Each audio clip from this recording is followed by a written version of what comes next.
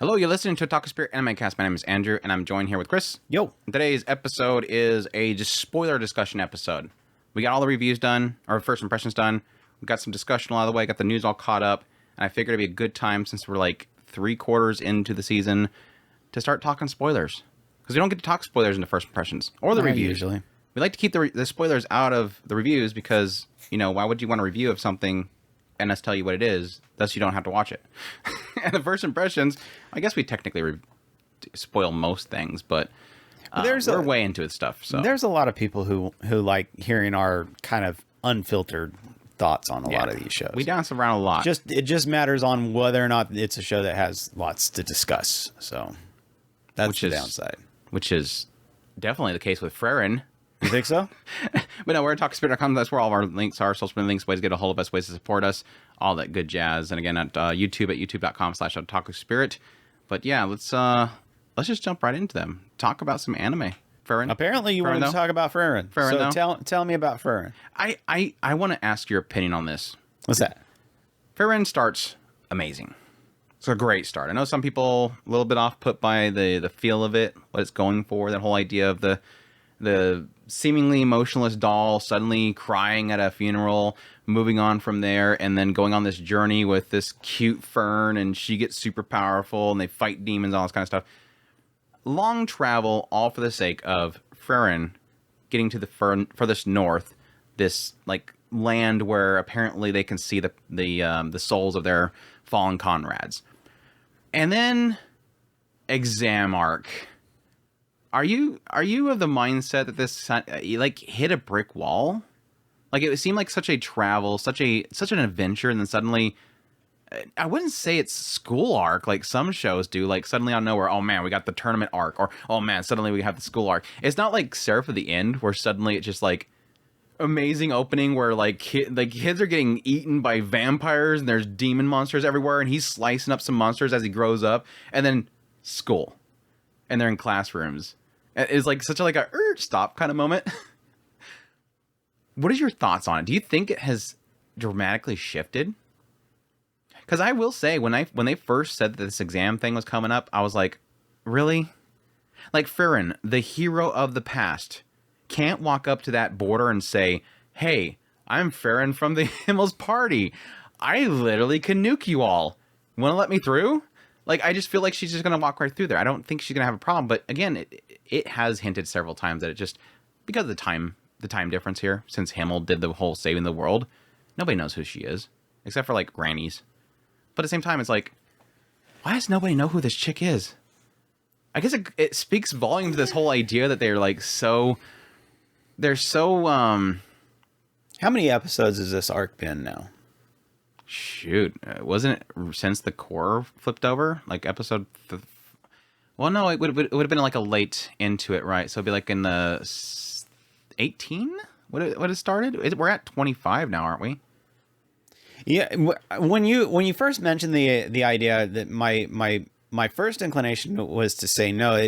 Nothing really feels like it's changed all that much. But then I stopped and thought about how many episodes has this honestly been. It's funny because there's a flavor to this show that is uniquely Frieren. And it doesn't quite just go away just because we've done 8 episodes so far. 8 episodes. Yeah. Because it seems like we've been in this daggum exam thing for a hot minute. It was literally an introduction, and then the first exam was like 3 episodes. Then they had a break for 1 episode, and then we've been 3 episodes for the second exam. And we're still finishing up the second exam. I could see it being at least 1 more episode, maybe 2 more episodes. I mean, unless something is really powerful that's nowhere near them, even though, yes, the current thing they're facing, why are we dancing around it? Frieren is an insane threat right now, but Sense is still nearby. I forgot that. Like, when I did my recording for episode 25, I was like, that's right, they still have Sense. Like, they're all outside getting prepared and everything because, you know, Frieren goes in there with Fern. They're like, okay, they'll handle them. We'll handle the rest of them because they're all coming down. And I realized out of nowhere, I see what you're saying. Oh, man, they had to deal with Sense. Like, I can see them dealing with The only dangerous ones outside that we'd have to deal with right now is going to be Denkin and maybe Richter. The rest of them, like Kane, obviously is not going to be an issue because there's no water down there. I mean, there's areas down there that they've shown water, but I doubt where they're at there's going to be much water. I mean, Lwyn, maybe going to be a little bit difficult. We don't really know the true capability of what's her face, the one that was hugging Frieren. I forget what I keep. It's like right there, and whenever I want to think of what her name is, I always forget. Werbel and his team are literally fighting themselves, so that's not a problem. But then, like I said, Sense is going to be the biggest issue, and she's nowhere near there. But yeah, that's going to be very interesting when they finally show up, because they've only taken down Loffins and Ubels. Those are the only two that we've seen confirmed kills. So everything else is still down there. And then the question mark is, whoever left the dungeon, is there still in there? Which is not really a big of an issue, because I mean, you saw the cute little girl that got, both cute girls that got dragged away by golems. I was so hoping that one girl, the first one that was with Denkin, I was like, watch, she's like sitting there cowering. She's gonna be like some super crazy OP mage. Nope, she just Ilya gets pulled out of the dungeon. Bazaka gets dragged out of there. I mean, technically, the other girl could have been really amazing, but she's a mind controller. I mean, there's not too much outside of that she can work with.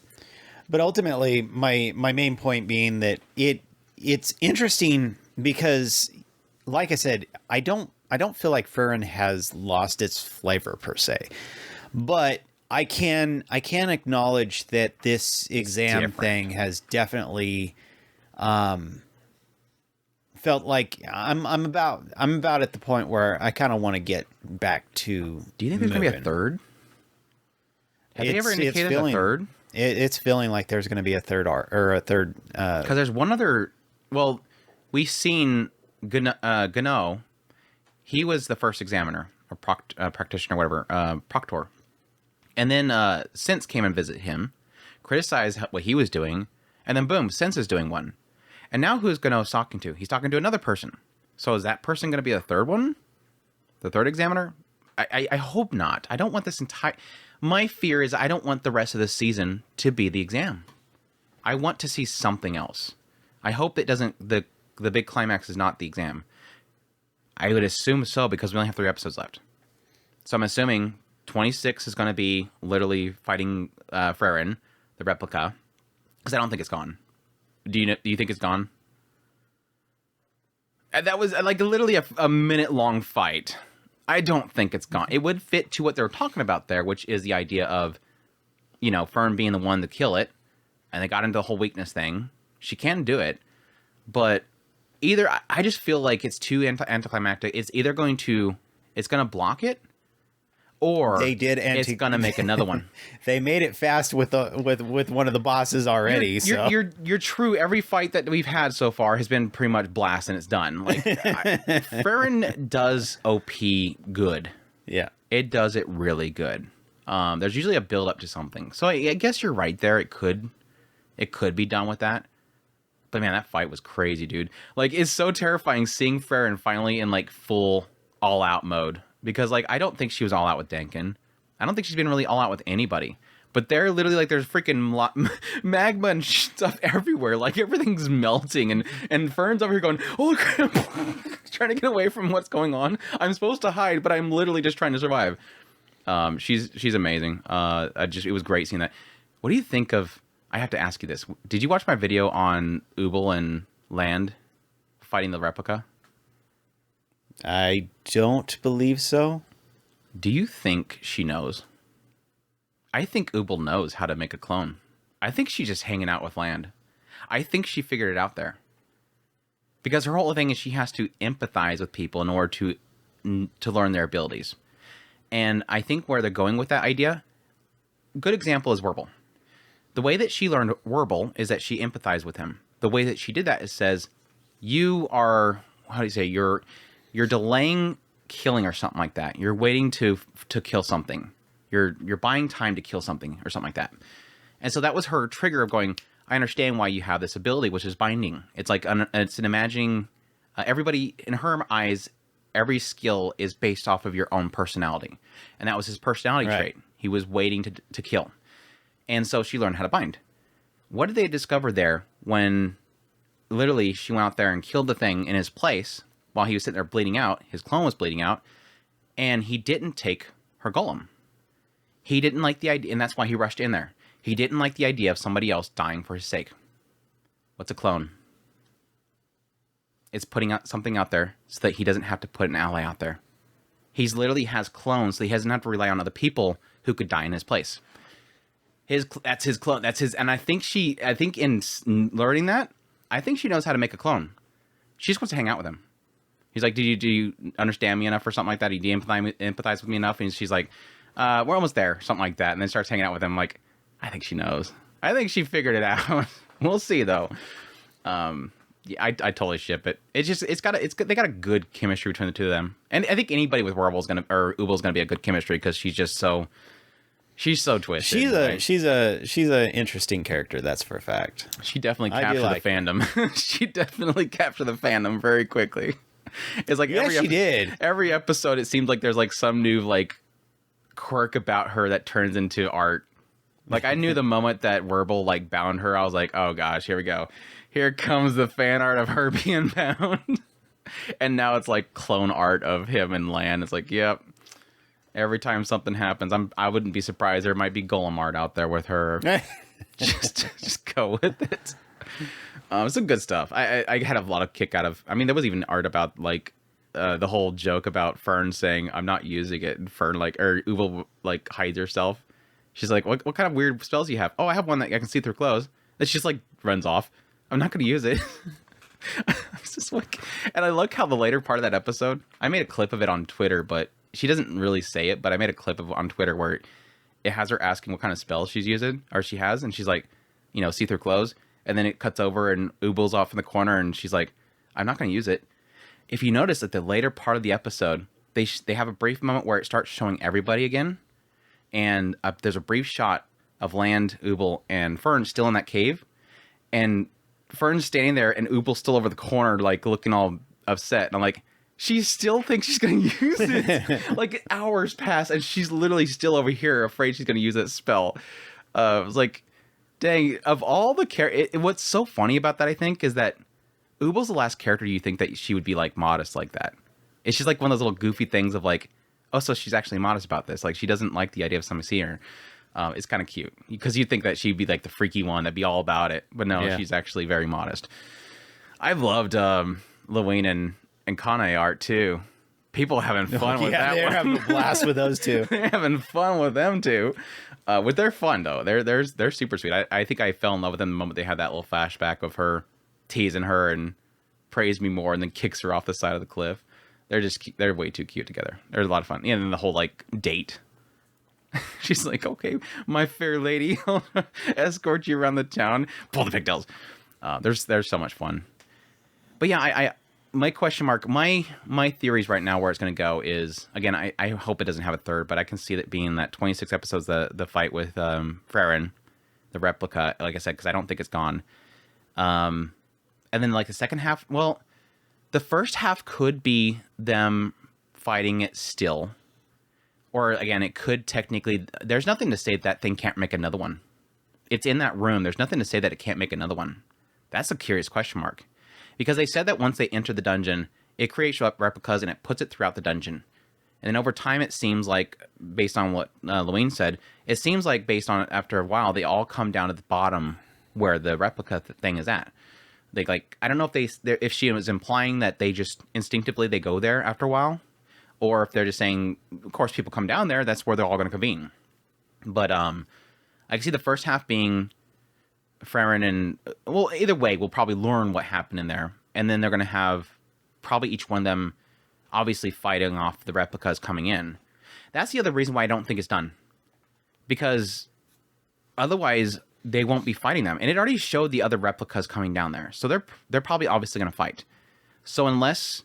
Boom, they beat it. Well, I don't think that they're going to show a lot of the other ones. I think they may do quick clips of the other ones. Oh, you think but the one they're just going to be fighting. Since is going to be a lot of probably the next episode. I think they're Just going have to leave all us. turn around and have to fight Sins. Yeah, I Like think the they're doors going open to and leave Sins us is out there and they're fighting it No, off. I think they're going to leave us. They're going to leave us hanging on what happened with Frieren versus Frieren. And See, my whole theory was going to be is the moment they found out that Sense was down there, I thought Sense was going to join in. Like, because wouldn't a replica being created of Sense cause an anomaly that they wouldn't want in the exam itself? It doesn't seem like, it seems like they knew about the replica thing. So she should know that she's going to get a replica made of herself. Yeah, I think that's kind of a loophole in her rules of her not intervening in any way, shape, or form. So That was a kind of an interesting way to kind of put it, in the idea that magic is of the imagination or something like that. You have to envision it. That's like what Richter was saying. She's like, well, aren't you afraid of getting close to us because we can manipulate the water in your body because your body's made up of, what was it, 70% water? He's like, that won't work because you have to be able to see it. You don't know where the water is in my body. And I'm like, I mean, it technically kind of ruins the idea of controlling hair because it's back here. But I guess if you know where it's at, you can basically envision it. But it's like, yeah, controlling every single strand of hair is kind of OP since they did a really good job of kind of pointing out how massively OP she is. Because I was curious what her whole quirk was going to be. So I guess that's the thing. It's just she's Medusa. She's kind of just tackles everything with her tentacle hair. But no, I answered that whole question that I presented at the very beginning was, yeah, I was afraid of going into the exam arc because I immediately think like school arcs, which I very rarely like. I mean, Mashoko's was okay because they put a caveat there in the idea that you don't have to actually go to school. So he's literally just there. It's like an excuse for him to get close to other people. It's a meeting place. And so it didn't bother me too much. But I think the rare cases that I do like the school arc and stuff is kind of what they're doing here with the exam arc, is that it's doing a good job of on a regular basis, give me something. Like every episode, they give me something. Here is this attribute of magic. I think the one positive I've seen with this is gathering so many different magicians and seeing how they all tick. One cool thing that I realized here recently was the aspect of getting into the old versus the new, and how somebody, who was it? They pointed out the idea that the newer magicians focus on controlling the physical, because they discovered at some point that, of course, they made the shields. Well, how do you get around the shields? Well, you either have to by chance expose a opening, or overcome it by brute force. And the best way to overcome it by brute force is to create a large amount of mass. To create a large amount of mass out of nothing, which is how the old magicians used to do it, costs a lot of mana. And so it just turns into this fight of attrition, basically. So now they mostly all focus on manipulating physical objects that are already around them. And I'm like, okay, that all makes sense to me. Because if you look at it, most all the mages that we're seeing, they're controlling something physical. With like Kane, she's controlling water. With Denkin, he's controlling... Did Denkin control mass as well? Richter for sure was controlling mass.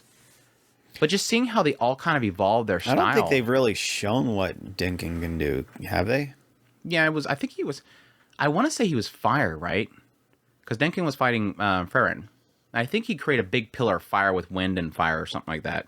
And then she just kind of deleted him. just jacked him up.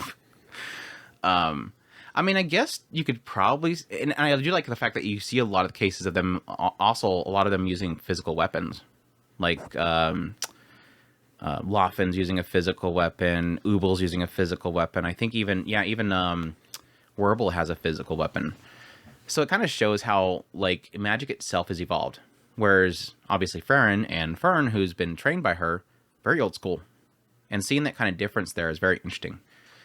But that's what's been kind of working for me, even as we go into the exams. Just seeing so many different types of styles and how they sort of technically fit with the world building they're doing. I do give this writer credit. There's nothing more impressive to me than a writer that seems to have consistency in their writing. Like, everything seems to kind of fit. Like, even getting into this mythological monster of the past that's in this dungeon. Oh yeah, that's right. It's this older one, but yeah, there's newer ones in this town. Oh yeah, that's right. You had the whole fight with that Fern had run into the fake Heiter and Himmel. They blasted, but they were saying specifically that one only mimicked a vision of it, whereas this one is actually creating a perfect copy of it, or a perfect copy without a brain. It's mimicking the brain, the functionality of the brain, but it's not really the brain. So it's cool stuff.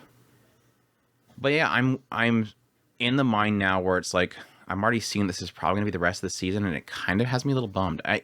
It could have a great ending. Like it seems like there's a lot of build up to Seirei? Seirei? Was that the elf's name? Yeah, Seirei. I think they might actually do something interesting with the archivist. Archivist? Yeah, the one that has all the library. Sure, yeah. Yeah, the one that took over the school. Even though it was all Tsundere and didn't want to do that for Flammel. Flammel's last will and testament, no, I'm not going to do that. And then ends up doing it. I guess something. I believe that Frieren probably bumped her to do it. So it's gonna be exciting, new magics and everything. That was so weird. That was something funny that I noticed in that last video that I did. Was like, wow, I never realized that. But that's literally the answer to the question that I had when they first showed Flammel in the history. It showed when Flammel first met Frieren and started traveling with her. She said that she was going to teach her how to be like this dishonorable mage or something like that. At least I put it as that. Doing something that is seen as is looked down upon by society as a bad thing. And at the time I was wondering if it was because she was hiding her mana, because that was something that they pointed out when Fern fought the demon Lugner. Lugner said that she was hiding her mana, and it was like this disgusting thing that mages don't do. You're supposed to show how much mana you have, and a dishonorable way of doing it. And I never realized at the time, but at that point, yeah, in human society terms, they were doing something taboo to begin with, which is learning magic. And I'm wondering if that might have been an inconsistency. I'm actually wanting to go back to that scene in the manga and see if it was just kind of worded wrong or something like that. Because again, in that scene, it was saying that their use of magic was seen as taboo. And she was going to be something that was taboo in order to kill the demons, hide our mana. But again, at that point, and now Frieren learning it doesn't really matter, but Flammel learning magic, again, by society's standards, seen as taboo at that point. She changed that by getting the kingdoms to accept to teach humans magic. Because before then, humans didn't want to learn it because it was the demons' arts. You don't want to learn magic. The demons use magic. So I'm kind of curious if that, again, that's like an odd translation there. I don't know if you got something different from that scene than I did. No, I didn't put two and two together on that. I just automatically passed off the thing as because the writer was making such a fuss about the fact that hiding your mana is very, very they're like, distasteful or whatever. Leave the elf there and you can go or something like that. Oh, you didn't see me as a threat. Delete. She's just like gone. She just like goes, okay, you're gone. Thank you. Thank you for underestimating me, which again was the whole point that she wanted Frieren to learn how to do. Yeah, but as far as whether or not it was teaching the humans magic, I don't necessarily agree, mostly on the fact that Blondie already said that she taught her on a whim. It was just a whim. Yeah, Saturday did. Right, but Saturday's not a human, so... Right, she's not, but Flammel technically is. She is, yeah. So she already broke the taboo, per se. Yeah, she was already taboo. Her existing as a mage is taboo to begin with. Now, having her share it with the world, no, she didn't want to have anything to do with that.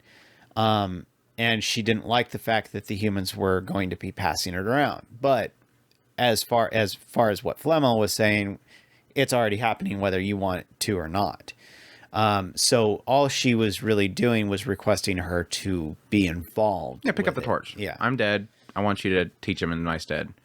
And I like I said, I think that's where that opened up the whole Mage Council thing. I think it was more along the lines of she already knew what she was going to do, and that was what she was telling Frieren is she's not going to accept this, but I want you to tell her, hey, whether you agree with it or not. She said that you were going to get mad and tear it up, so she knew you were going to do that. I don't know why she had me do it anyways, but whatever. Peace out.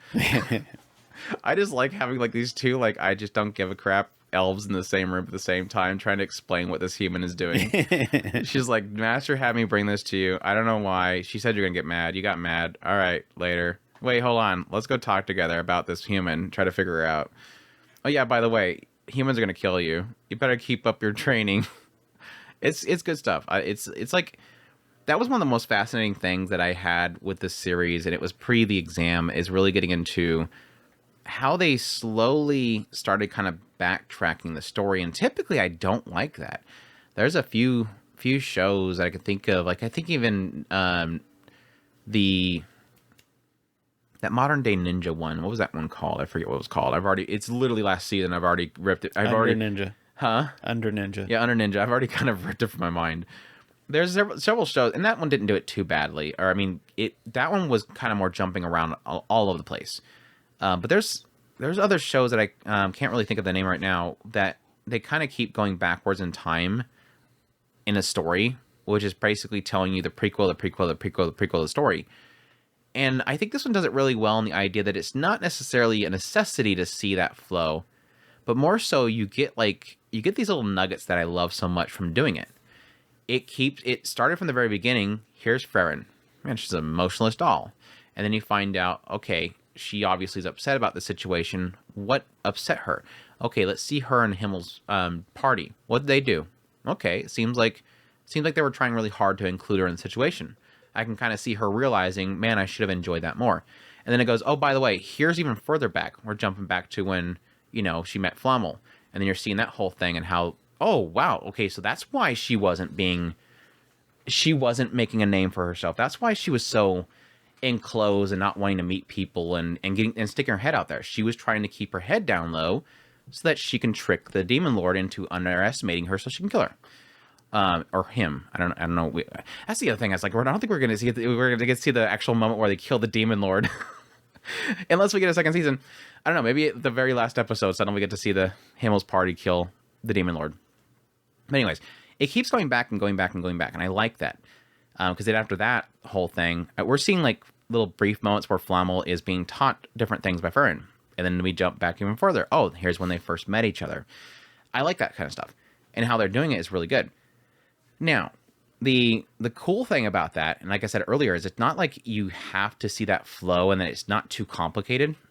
But then there's like these little nuggets in there. The flower spell is the one that I love the most. It's like every time that dang flower spell encourages everybody in throughout history. The moment that they finally showed, oh, Frieren learned the flower spell from Flammel. Who did Flammel learn it from? Her mom and dad. How did Flammel get into magic? That flower spell. So it's like her family showed Flammel that flower spell, inspired her to learn magic. She grows up, she starts teaching Frieren. When she goes to die, she tells Frieren, put the flower spell at my grave. Frieren learns it. Later on, Frieren uses that magic. Later on, she goes back to Serai with the will, and Serai talks about how, yes, Flammel had that spell, and she loved magic so much. And again, I think that tie-in probably inspired Serai to go and do her last will. Later on, Frieren meets Himmel. Was at some point they show, it seems to indicate the point of love. Frieren used that spell to create flowers in that ruins, and Himmel went doki doki. It keeps inspiring the stupid flower spell. And I like how, like in this last episode, Serai says that flower spell, that is so useless. It's like, yeah, it's a useless spell, huh? It's inspiring, like it literally is inspiring generations. This stupid, useless flower spell. I love it. I love it a lot. And yeah, and technically she did use the flower spell to spruce up Himmel's statues. So good. I like it. I like that stuff. Anyways, what else? What else did I want to talk about with that show? But yeah, I do get a kick out of the fact they're trying to point out that Fern has some sort of uniqueness about her that can technically take down Frieren. I thought it was going to be speed, but which it technically can be. They just didn't point it out because yes, technically Fern, according to Frieren, is faster than her. So if she can use that speed to her advantage to overcome the replica, that makes sense. But we'll see. I feel bad for Stark. They're enabling Fern's poutiness. You see that? When they have that little break between the exams, and then like she starts going pout mode. And like literally she gets 2 snacks out of the whole situation. I'm like, you guys are literally feeding into it. Like you guys are enabling her poutiness. She's like, the next scene is like, oh yeah, I'm pouting again. I want sweets. Okay, I guess we're going to get sweets again. It's darky. It's darky. Anyways, yeah, I don't know. Hopefully we get... Now we know why they got rid of Mr. Priest guy. Why is that? Because he couldn't go to the exam arc. Oh, he'd be hanging out with Stark the whole time. Yeah, we can't have that kind of... They'd be gambling all the money out. Gambling all the money away. What do you think of Apothecary Diaries? I was afraid for a while there. I honestly was afraid for a while there. Like, we had, like, 3 episodes of, like, most of the episode was, like, a pretty dumb little, like, mystery. Like, the brothers with the metalworker. I think that all came together really impressively. It did, but I think those individual things were kind of shrugged. Now, like, even the seaweed one. Hold up. I like how it all came together. Don't say that I like her jump to conclusion, but we'll go with it. When she was in that run room with the guy and they were putting out the specs for the temple and everything.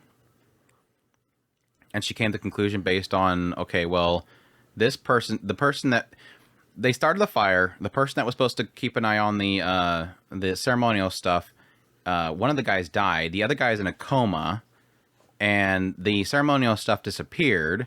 And then, oh yeah, you have this metalworker, which I will admit the metalworker thing was like that last thing that she thought of. Right. And then she went running out the moment she thought about that. And yes, that technically makes sense because he just showed her this banner and said that, oh yeah, I looked at this thing and they just replaced it. I like the fact that by going with the metalworker, she realized that whoever was in the temple or in the ceremony at that moment was in danger. Yeah. I was fine with that. It was oh, well, the metalworker obviously has something to do with everything else. All of a sudden, she decided that had something to do with everything else. And it was like, it's one of those It was just more minor... the fact that everything that she has recently had to work on, all of it ties to this ceremonial banner. Everything did. The fire distracted everybody from the warehouse that had the ceremonial banner stuff. The guy that was running the ceremonial banner storage place died. And the other guy that knows anything about the next manager was in a coma. And then he just said, oh yeah, and by the way, I seen that thing. And now, yes, that connection of that the metalworkers were working on that device, that's the question mark. But I think that was the conjecture that she just was like, I think the nicety, and again, the conclusion that I came with is that it was a conjecture that she came up with that was like, if that's part of it, that person's screwed. Yeah. That's kind of what it came down to. And yes, again, he said that he looked at the whole system and something seemed off. It didn't seem like it'd hold it or something like that. It's really heavy, I think is what he was pointing out. These things are holding this thing and it's super heavy. And my mindset's like, why the hell is something that heavy up there to begin with? Yeah. No matter what's holding it up there. I had a little bit of an issue with the whole metal itself. It's like, yes, that was the whole point, was that Lock-in, I think it's Lock-in. Lacan wanted something to be extremely loose. And it was funny because I was like, oh yeah, that's right. That was the thing that he was, like, it was almost like the anime sort of tips the hand a little bit too much, because I don't think the light novel obviously is going to go, he, at this time, Lacan was thinking about this device that would be able to hold a banner. We literally get to see it. The thing that was holding the banner in his mind when he was talking to Jinshi about, yeah, this metal worker being gone now, we kind of lose this amazing art that he had that he was creating from his metals. It was kind of, again, like a little bit of a tip there, but everything around Maomao's mom, dude, that stuff hurts, which I'm assuming it's the mom. I mean, I don't know if you're getting a different conclusion from there, but This week's? I haven't seen this week's. No, it was way back when he asked her what was the best way to lower the Coruscant's value. Yeah, I was. You haven't watched this week's? No, not yet. Chris is hard off right now. if he's missing Apothecary Diaries, he's hard off right now for time. Well, that's usually this weekend is pretty brutal. So that's right, because you have both Saturday and Sunday you're working. Yeah, Saturday and Sunday. If I have both, he jobs, works every day. Actually, yeah, I work every day. I get a little bit of a reprieve on off weekends. So I work every day too, but my job is to watch the shows. It's like I have some people ask me like, "How do you keep with all these shows?"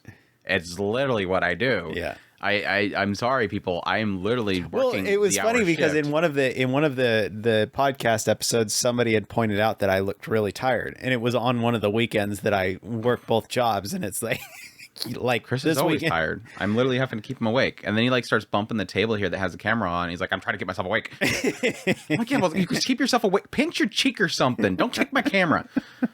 Sound stuff. But no, anyways, it was the whole situation with the lowering the value of course, and I hate that Jinshi asked it. I was like, dude, Jinshi. I think that they did that. I think they did that scene really well, though. We see that it is involving his mom or her mom. No, he should know that as well because he's literally asking. Now, Lacan is hinting at it, and Jinshi could draw the conclusion that it is Jinshi's Maomao's mom, but it doesn't seem like he's fully connecting it. That Lacan is looking for her mom. Now, in asking that, it's literally if you can assume that, you're literally asking her, how does your mom lose value? And so that it hurts. It kind of hurts in that situation. I'm sorry, what? I just like how they played that off. Instead of, because my immediate reaction was that she was going to kind of get really like how afterwards, fussy, yeah. Afterwards, she's like, "Good job, Mama. You kept yourself together," or something like that. Instead, she just let it off with, you realize this is a Furiokai conversation. This is very uncomfortable conversation. Yeah, you're asking me something. How they translate it was like it's a very disgusting or a very unpleasant question. Yeah. And I think that was a weird thing because remember when she went through all of that? She basically laid out how to lower the value of course, and she went through the process.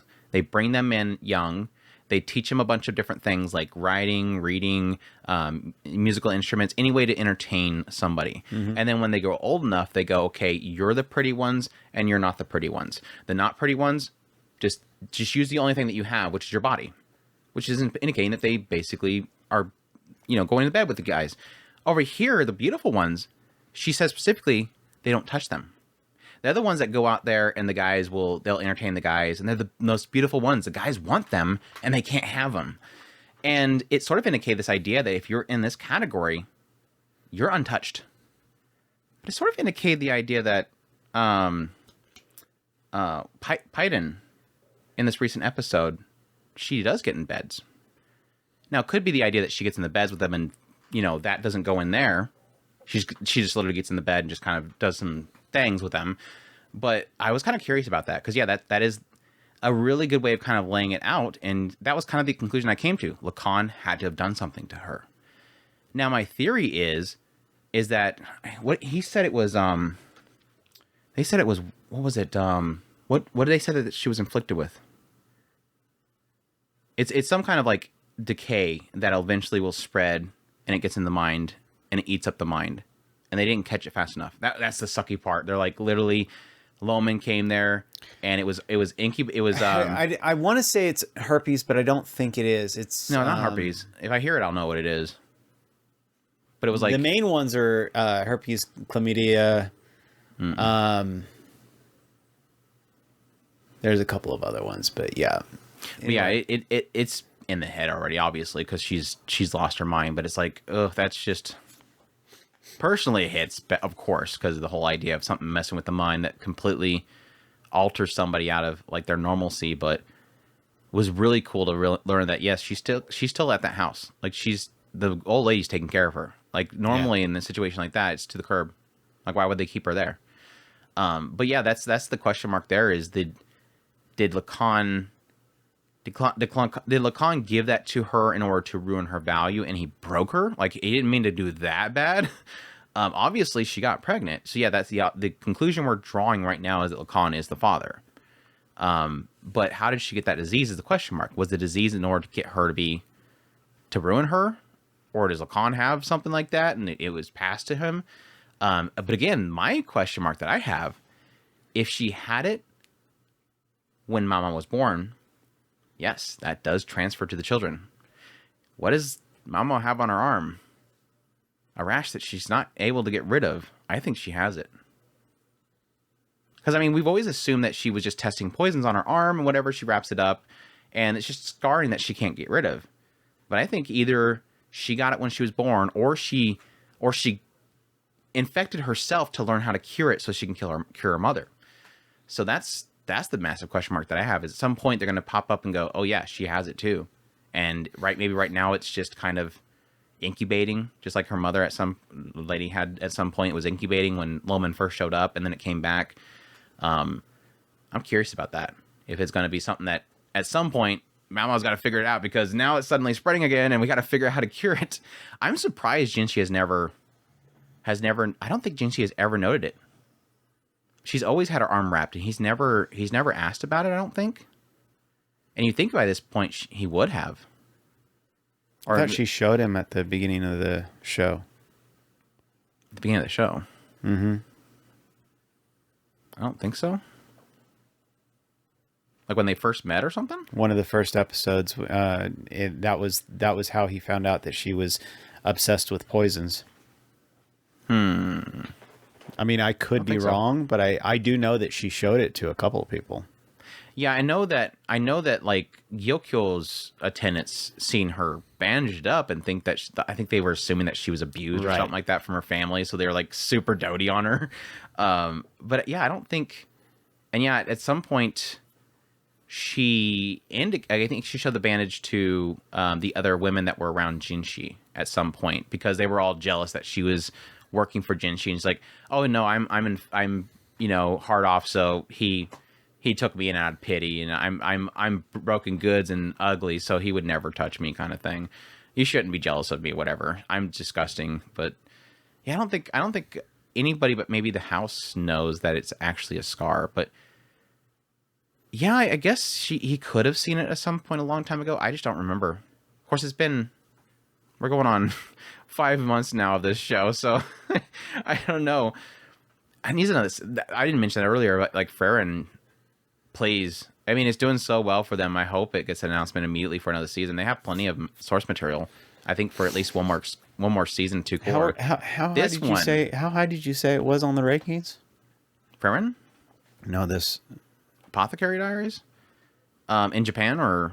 Yeah, in Japan. I know on Nico question mark, I think that's number 1. So it's destroying, at least on that platform. I did my your anime is not popular in Japan video, like I always do every season. Getting my usual criticisms of how I handle it. It's like, I can't cover everything, people. Somebody pointed out, like, Dangers is technically Amazon exclusive for streaming. I'm like, but I said that it's on TV. It's in rankings on TV. That's huge. Why does it bother you that it's not on Nico or what was the other one? Abima. But yeah, whatever. It's fine. It's fine. I get a lot of people suggesting what I should do for those stats. I've heard a lot of suggestions for the Twitter followers, and I'm like, yeah, but I follow Japanese accounts, and I'm not watching them on those platforms. I mean, people just follow different accounts. You have businesses following those accounts. It's not an indication of who's watching it. Plus, you can follow it beforehand, thinking you're going to like sign up for something, and then you don't watch the show. Anyways, that's a side tangent. What else in this show? Lihaku. Oh, well, you haven't watched the recent episode. Lihaku, bro. I'm rooting for my Lihaku, man. That was super sweet. Got to see a little bit more of Maomao and the sisters. It's so good. You're gonna love it. What else? What else do I want to talk about? But I did like that whole episode, because we got into the whole thing of the build up of her figuring out the ritual thing. But Jinshi itself, the reveal, I thought that was really well done. My gosh, Maomao getting beat upside the head with that club hurt. Dude, that hurt. I'm like, I mean, physically, yes, that is absolutely painful. But her taking that hit, and do it on purpose in order to get like create a confusion. But the moment Lacan showed up, I had like this massive confliction there where I was like, she's upset that he's there, obviously. I like that he's there because he's going to resolve the situation, but I hate that he's there because he's going to resolve the situation. It's like, she does not want to be, you know, in debt to him, and doesn't want to be anywhere near him. Nope. And here's the question mark that I have, and I posed this on my video, and I was curious what your thoughts was. Why did Lacan let her through? I mean, you were assuming that Lacan is the one that set everything up, right? Or you got a different theory there? Oh, I absolutely. I'm curious as to how that's all going to play out. I mean, he could be just a unantagonist rather than the antagonist. It's what is an unantagonist? Explain. Antagonist, meaning there's more than one antagonist rather than the main antagonist. And, like a co-conspirator? Not necessarily. Like a co-conspirator. There's two parties. Not necessarily. They don't have to be working together. But I mean, my first inclination, at face value, he feels like he's the main antagonist. But he doesn't necessarily have to be. He just is he has something he wants. There's something he wants, and he's not too worried about being selfish. Dirty to get to it. Yeah. He's definitely not good. Oh yeah. They've already made that clear. It's just frustrating. It's one of those, you want to devour the entire thing, but you've got to have it all piecemealed out to you, and it's like, hurry up. Well, that's what I was kind of getting frustrated with the metal worker and the seaweed eater and the sugar guy. All those like lined up was like, these aren't very interesting mysteries, but they always had the very end of the episode with some breadcrumb, and I always knew that the entire time this is all gonna fit in somehow, and sure enough, it does. But it's like, there is a side of me that this set of mysteries building up to a story that pieces it all together wasn't that interesting, but the conclusion was great. Whereas the whole first half of this season, with everything with the Rear Palace, which I'm really happy they're going back to the Rear Palace, because I loved every story in the Rear Palace. That's the stuff I loved. Lifa's story was incredible. Gyokyo, I loved to death. And yeah, even Lishu's story, I loved every single one of them. It was like the metalworker, and again, the seaweed, all that stuff was not interesting to me, unfortunately. I don't know if there was really any of those stories that I was actually fond of. It's always just been, okay, I enjoyed the times where Maomao, Jinshi, and Gushing are doing stuff together. Finally, was that the previous episode? Did you see the episode where they had Gushing bring something to Jinshi, and he drank it, and then he spit it out? Yes. Yeah, finally revealed that whole thing with Jinshi being not a eunuch. I was like, wow, we all knew that from... I put on my thumbnail, we know. Like, it was like one of those moments of like, yes, we know you're not actually a eunuch. Sorry, I've completely got sidetracked with all that stuff. But that was kind of that build-up that I was like... I think that I kind of don't like this... It almost felt like these episodes were wasted, I guess. I think it was more because it just feels more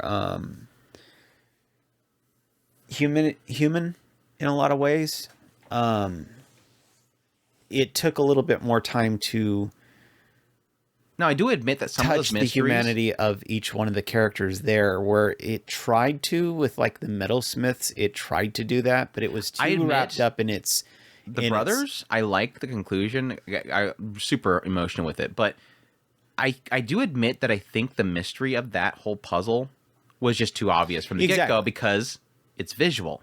I could see her going in there and one by one explaining what she's looking at, and then it all puzzles together. But truth be told, visual with an anime adaptation, the moment she walked in that door, I'm like, it's a Zelda puzzle. Like, you see the mark on the counter. Put the thing right there. It's the light and it comes through. It's a Zelda puzzle. Come on, Maomao. You've never played Zelda? It's like literally every Zelda has a dungeon with that puzzle. It's funny because basically what I was going to say is, I mean, while the brothers were great, I admit that was probably the most human of all of those pretty much all those stories. I mean, getting into diabetes with the one guy was kind of That one was nice because we got to see that Jinshi was a little emotional. Like we don't get to see him kind of Right. upset about something like that. But my point is that basically when you're talking about the inner palace, you're or the back court, rear palace, you're talking about basically very human stories, whereas when you get into this core, you have a lot of more logic puzzles. You've got a whole bunch of logic puzzles. I like the logic puzzles, but they're not really kind of they're too in their own heads. They're too low level for them to actually be worth the time. So where you're really strong is the human element. That I think is where this writer is really good, and maybe they're trying too hard to prove that that Maomao is super smart. Maomao's fine. You don't have to prove that she's super smart. I do like that they have with this recent one sort of presented something new for her. She's learning, and I like that. One of the things that they presented when she went out last time. No, it wasn't the last time, but the time before then, Loman was pushing on her, don't speak on conjecture. And I like how that finally became a thing. She went, wait, don't speak on conjecture. Like, she's finally cementing in her mind, I need to have proof. And it was really around Suirie.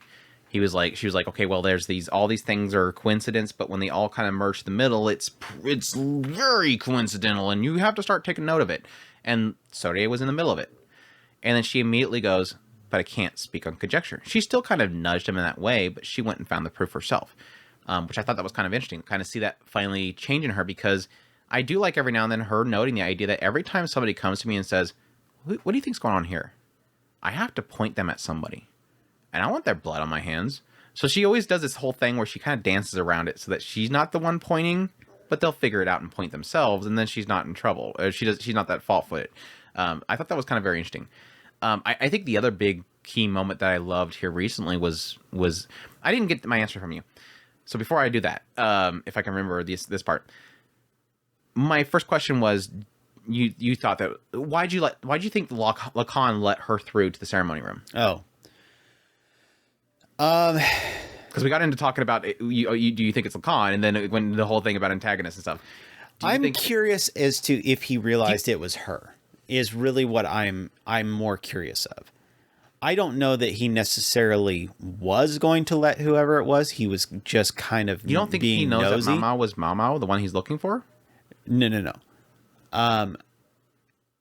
I believe that he let her through when he realized it was her. Oh yeah, meaning he was there because he knew what was going to happen.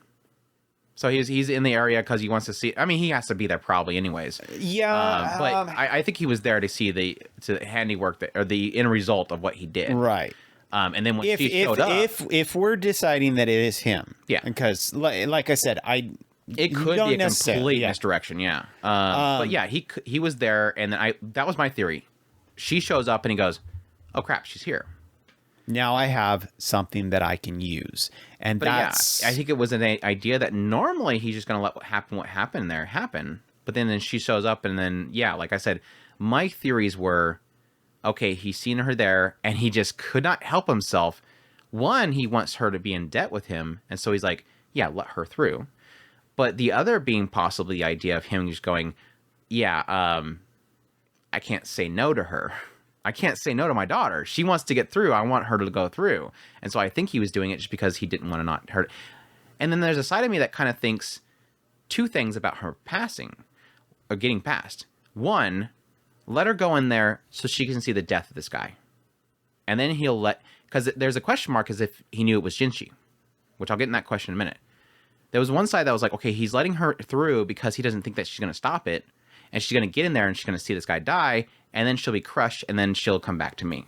She won't have any problem because he's out of the way, and he's seen her die, couldn't save her, she'll be crushed or whatever. But there was another side of like, okay, I'll let her through so she can handle it. I'll let this girl have that. So it's like there's multiple things that kind of build in there. But yeah, my other question for you was, do you think he knew it was Jinshi? Because he was shocked when he came back out.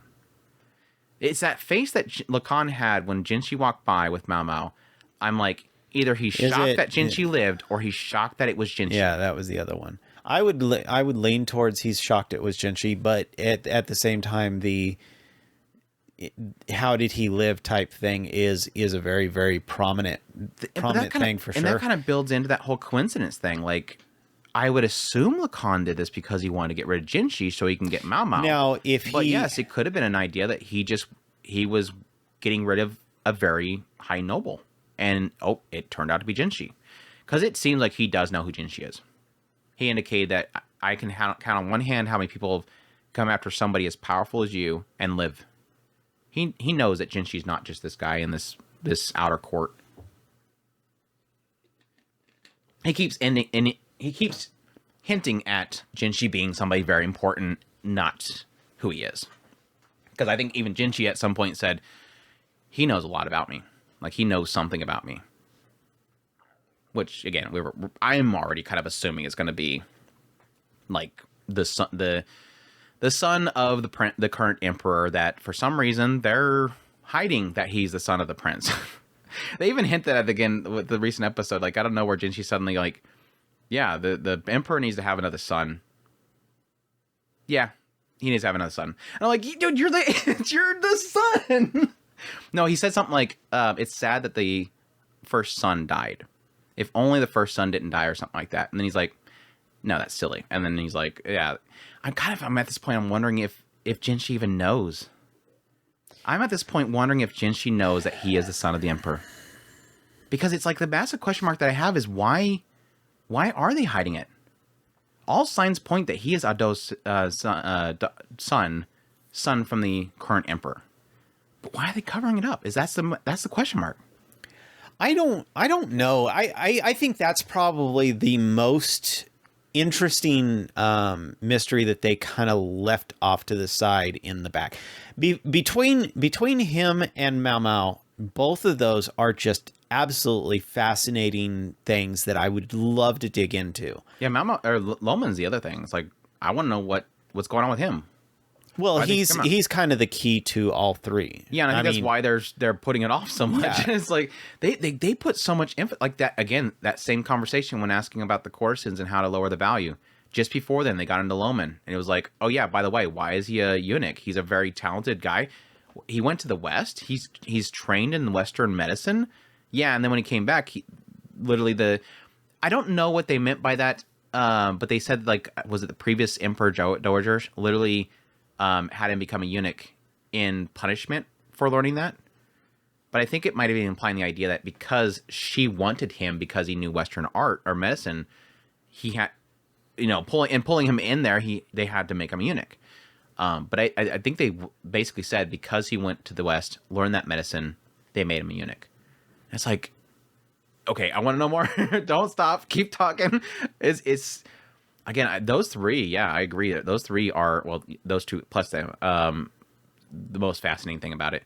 And now they're getting so much more into the politics of this stuff that I'm super curious about what they're going to do.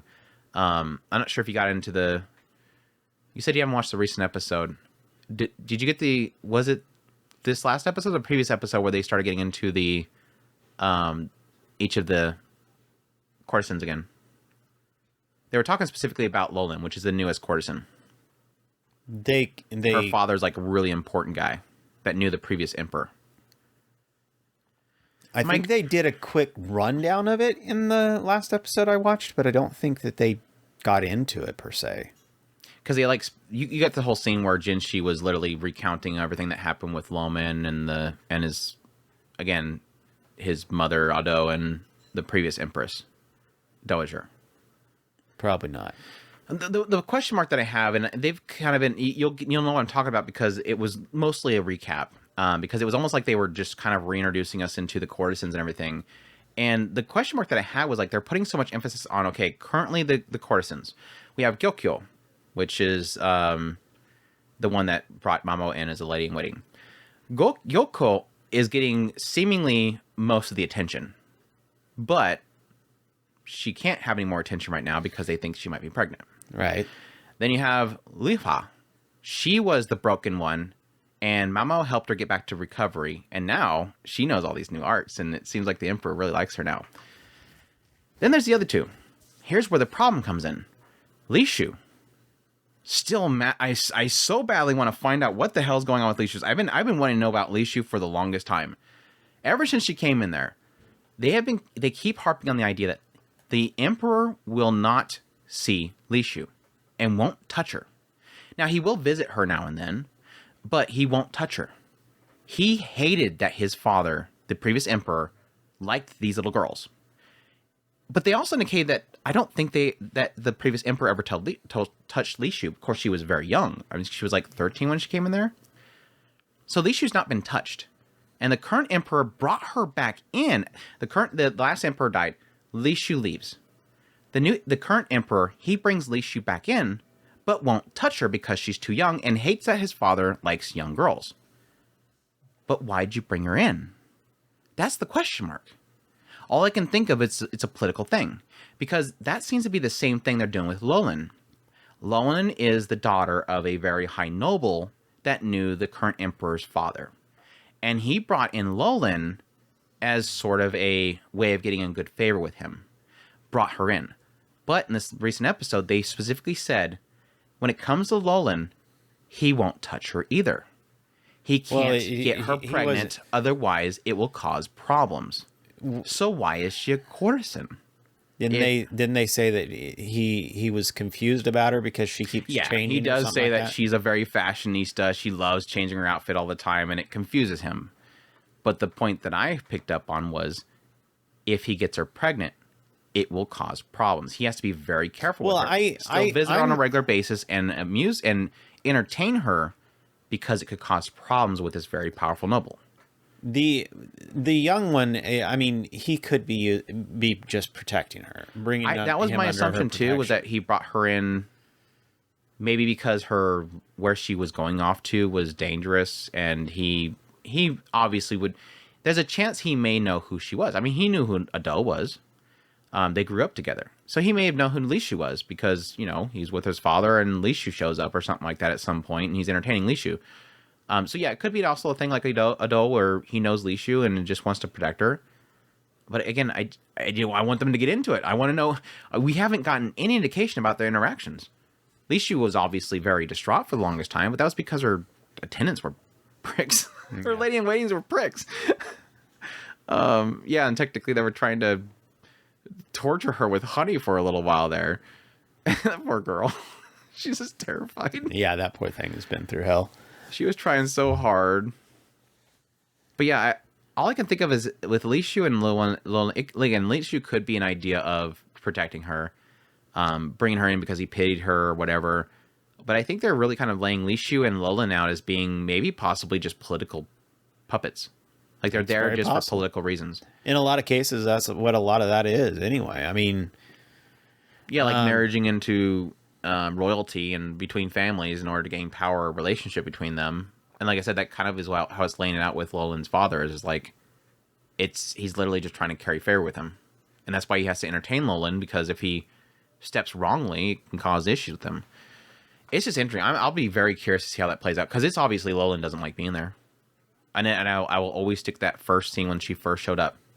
She walked in with Ado's old crown and just chucked it. Like, she didn't want it. Just took the thing. The pure consort crown. Just had no respect for it. Just threw it. The only interest he had was Maomao. She gave Maomao an interesting look. I hope we get a scene with Maomao again with her. That would be great. Again, she's in the inner palace now, so hopefully how many more episodes do we have of that? 3? Didn't she say that was the first one that was going to end? 3? Well, Frieren has 3 more. I think 3 for Apothecary too. I think we're at 21, I think. Yeah, 3 more for Apothecary. 3 for Apothecary, 3 for Frieren. In 3 weeks, I'm going to be extremely depressed. I don't see this ending well. Mishoko's coming back. Yeah, I don't see this ending well. Because, again, Frieren, I can see it ending with the end of the exams. So we have, like, literally, again, like I said, the fight... maybe another fight, Then after the exam, that means if they do a third exam, that's going to be really dumb. And then the fourth episode maybe being just after settle down kind of moment. This one, shoot, I don't even know. We're gonna, as it stands, unless they have do the some con kind of stuff massive get resolved, I don't see how it can come to a conclusion. Yeah, unless we have a massive reveal in the next episode. I'm guessing this episode didn't reveal anything, and we're gonna have to have an insane table flipping type reveal in the next episode, and then the next two episodes can resolve it. I don't see it ending well at all. Yeah, this last episode was really just Maomao helping out a little bit of love with Frieren. So I don't see that. Yeah, the pace it's going, I don't see this ending well at all, with any kind of solid conclusion. Yeah, unless they have some massive face off with Lacan, which I don't think so, because I think she's now in the Rip Palace and Lacan can't get to her. All right. So unless he lures her out somehow, he's out of the picture. But I don't know. We'll see. That's why I said unless there's some kind of table flipping moment in the next episode, I don't see it being resolved in the next 3 episodes. Spoiler for people that don't like previews of next episodes, which I'm just talking about the one at the end of the current episode. So I'm not talking about like the preview YouTube trailers they put out, which sometimes reveal too much. At the very end of this last episode, they showed a brief scene with Lacan. He was bringing up roses. And the name of the next episode is that same rose. So I'm like, okay, well, then Lacan might be involved somehow with the next episode. So they could. But I just figured Lacan was going to get shelved. Like, we've done enough with that. We did the whole thing with the ceremony and Jinshi nearly dying. We'll just put him off the side for now, and we'll go to the River Palace. But I can only see him being, unless they do a massive reveal about Jinshi's real identity or Loman's real identity, which technically they all tie in together. Taking down Lacan would be the only thing I can see being a big, like, climactic end. Or they could immediately announce another season. Yeah. Please. Please. I'm just going to say, please. Both Frieren and Apothecary need another announcement for another season ASAP. Please. Speaking of another one that needs a third season immediately, Dangers of My Heart. Did you watch Saturday? I am way behind on that. Oh no, no! I thought about texting you the other day. Like, I'm gonna do a spoiler chat, and I really want to talk about Dangers. So please get caught up. Yeah, I see that. I seen some of your thumbnails and Stalker-kun. Yeah, Stalker-kun. God, well, I'm so far back. I haven't actually gotten to the supposed, in one of your thumbnails we got a confession, I'm assuming, sort of. So yeah, sort of. The last episode I got past the Valentine's Day. Did you get White Day? No, I did not get White. Oh, I want to talk about White Day. That's the one I want to talk about most. I mean, it's not like I'm not going to watch it. It's like there's super spoilers. Just gushing about it really is all it is. I will say it looks like the next episode they'll be doing class changes, and we might actually finally get this Ando chick that's been in my outline ever since the season started, and I had no idea who this Ando girl is. The pigtails and the mask that she's always wearing. I'm guessing I think she's supposed to be in their classroom next, but yeah, it's just been super good. A rival, maybe? I wonder if somebody else that wants to go after Ichikawa and get Yamada really jealous. I mean, she's already gets super jealous whenever anybody else gets near him. She lays down some thick kind of that whole thing with Hana. Well, yeah, like when they were at her house and Moika was trying to help them out by covering that Ichikawa is her boy, and then she's asking Ichikawa to call her Moika and different nicknames, and literally her other friend Yoshida was like, "Stop!" She's literally like super uncomfortable. Like, there's Yamada over here, she's really mad and she's death glaring. And over here, Moika and Ichikawa are having fun. It was great. It was super great. But yeah, I love this recent episode with Ichikawa making a confession to the father. That was super, super good. I'm very impressed with this season because it has been every single episode is just. There was one, not this recent episode. I think episode 20. I think one of the episodes this season was pretty chill. not to say it wasn't good. It was just like, oh gosh, I felt like I finally got a breather. Like I didn't feel like I was on the edge of my seat. I wasn't like, holy crap, and I wasn't just doing backflips or anything. It was a relaxed episode. But every other episode, or all the other episodes, incredible. Like 10 out of 10 episodes. So it's crazy to think how good this season has been. And it's just like every episode I'm wondering, is it going to let up? Like, is this going to be the one where it finally falls apart? My question mark that I have right now is because it does seem like they are submitting their relationship. They're still awkward and they're still super awkward, so they're not like saying it. That's what I hate. But they've said it. My question mark is where to next, and I think based on this last episode, I think the direction that's going to be going, my prediction where it could go for the rest of the season, which is going to be what, 21, maybe another one that's 3 more episodes. I would assume maybe 3 more episodes of just maybe getting into Ichikawa and Yamada being public. And what I mean by that is this last episode was so focused on Yamada is a idol. She is a model. She is a star. And there's a lot of emphasis on scandals. Different idols and whatnot having that secret relationship. And Ichikawa was terrified this entire recent episode about the idea of somebody finding out that they're together. Yamada literally stayed the night over at his house and posted on Instagram that a picture of her in his, the entryway of his house. And there's like this umbrella in the corner. People are going to find that. And sure enough, somebody posts on there. It doesn't look like your entranceway. Are you at a boy's house possibly? It's like this whole like idol industry kind of thing where you're not allowed to have relationships. And it's like, I wonder if they're just going to have their relationship be public, or I guess at least get everybody on board with it. Because the mom knows, the dad knows, the manager doesn't know. The manager has expressed that it's dangerous for her to be in a relationship and assumed that Ichikawa was, but then Ichikawa shot it down. I'm just kind of thinking that's the direction it might go, which I like, because this entire time building up to this moment, I had that feeling of like, now that Ichikawa sees that his relationship with her could damage her career, will he run away? Is he going to do like Ichikawa does and run away? But no, it does seem like he's pushing. Like he is going, instead of running away, he's saying, we need to keep distance in public. Be careful about what you post. He's literally setting guidelines in the idea of, we're going to be together. You need to be careful, because he's looking out for her. But at the same time, in response, she wants to go stronger so that she doesn't worry him. But yeah, it's super good. I love the show. All the characters are fantastic too. Moika's great. I like his recent episode. She's like, yeah, I think it's okay for people to have idols and stuff to have relationships as long as they're dating. And he got this whole like dead eye look at him coming around the corner, and he's going, damn it.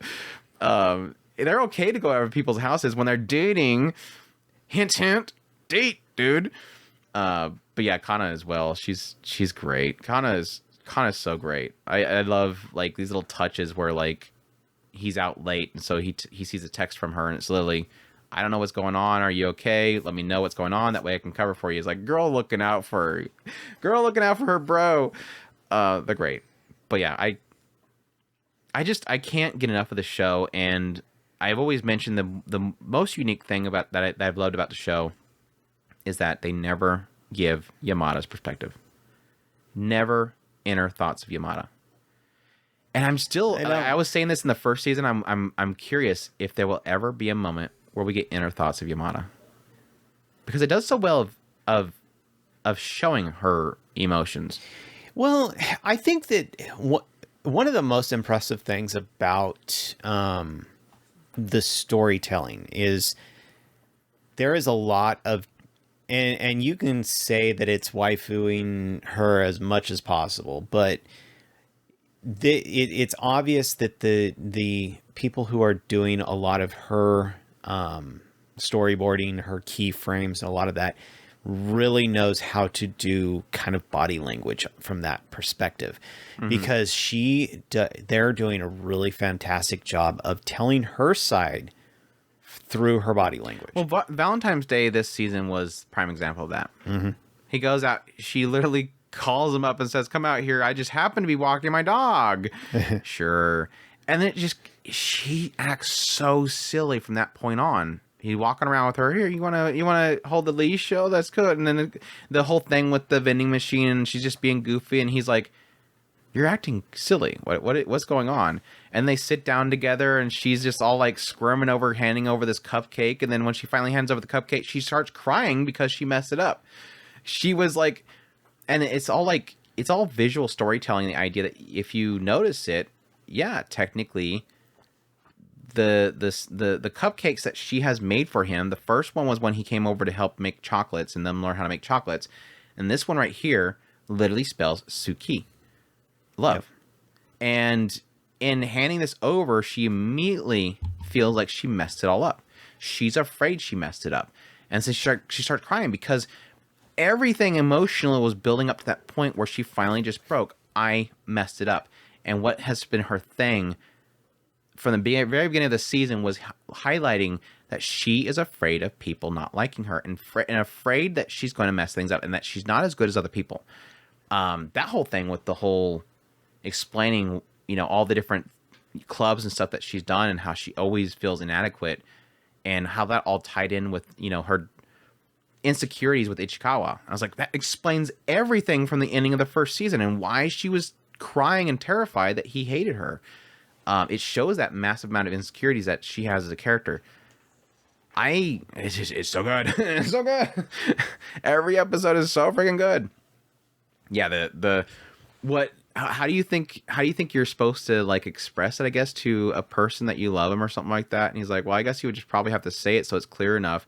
But I also heard from Adachi that it's, what was it, heart-shaped candies or something like that. She's really like, oh, here. She literally has a heart-shaped candy in her hand that they just bought from the convenience store. So she just goes, here, take it. It's like, girl, she's spelling out for you, Yama Ichikawa. She's spelling out for you. That stuff is just, oh, it's so sweet. And he does the stupidest things too. Ichikawa is just a dork. I like that Ichikawa does. I can't relate to Ichikawa in a lot of regards because there's some times where he just seems like he is. There's times where it does still personally frustrate me where I'm like, you should catch on this. You should move right here. But he's never to the point where I don't understand him. I can sometimes not relate to him, but I can always understand him. And I think that's why he works so well as a character for me.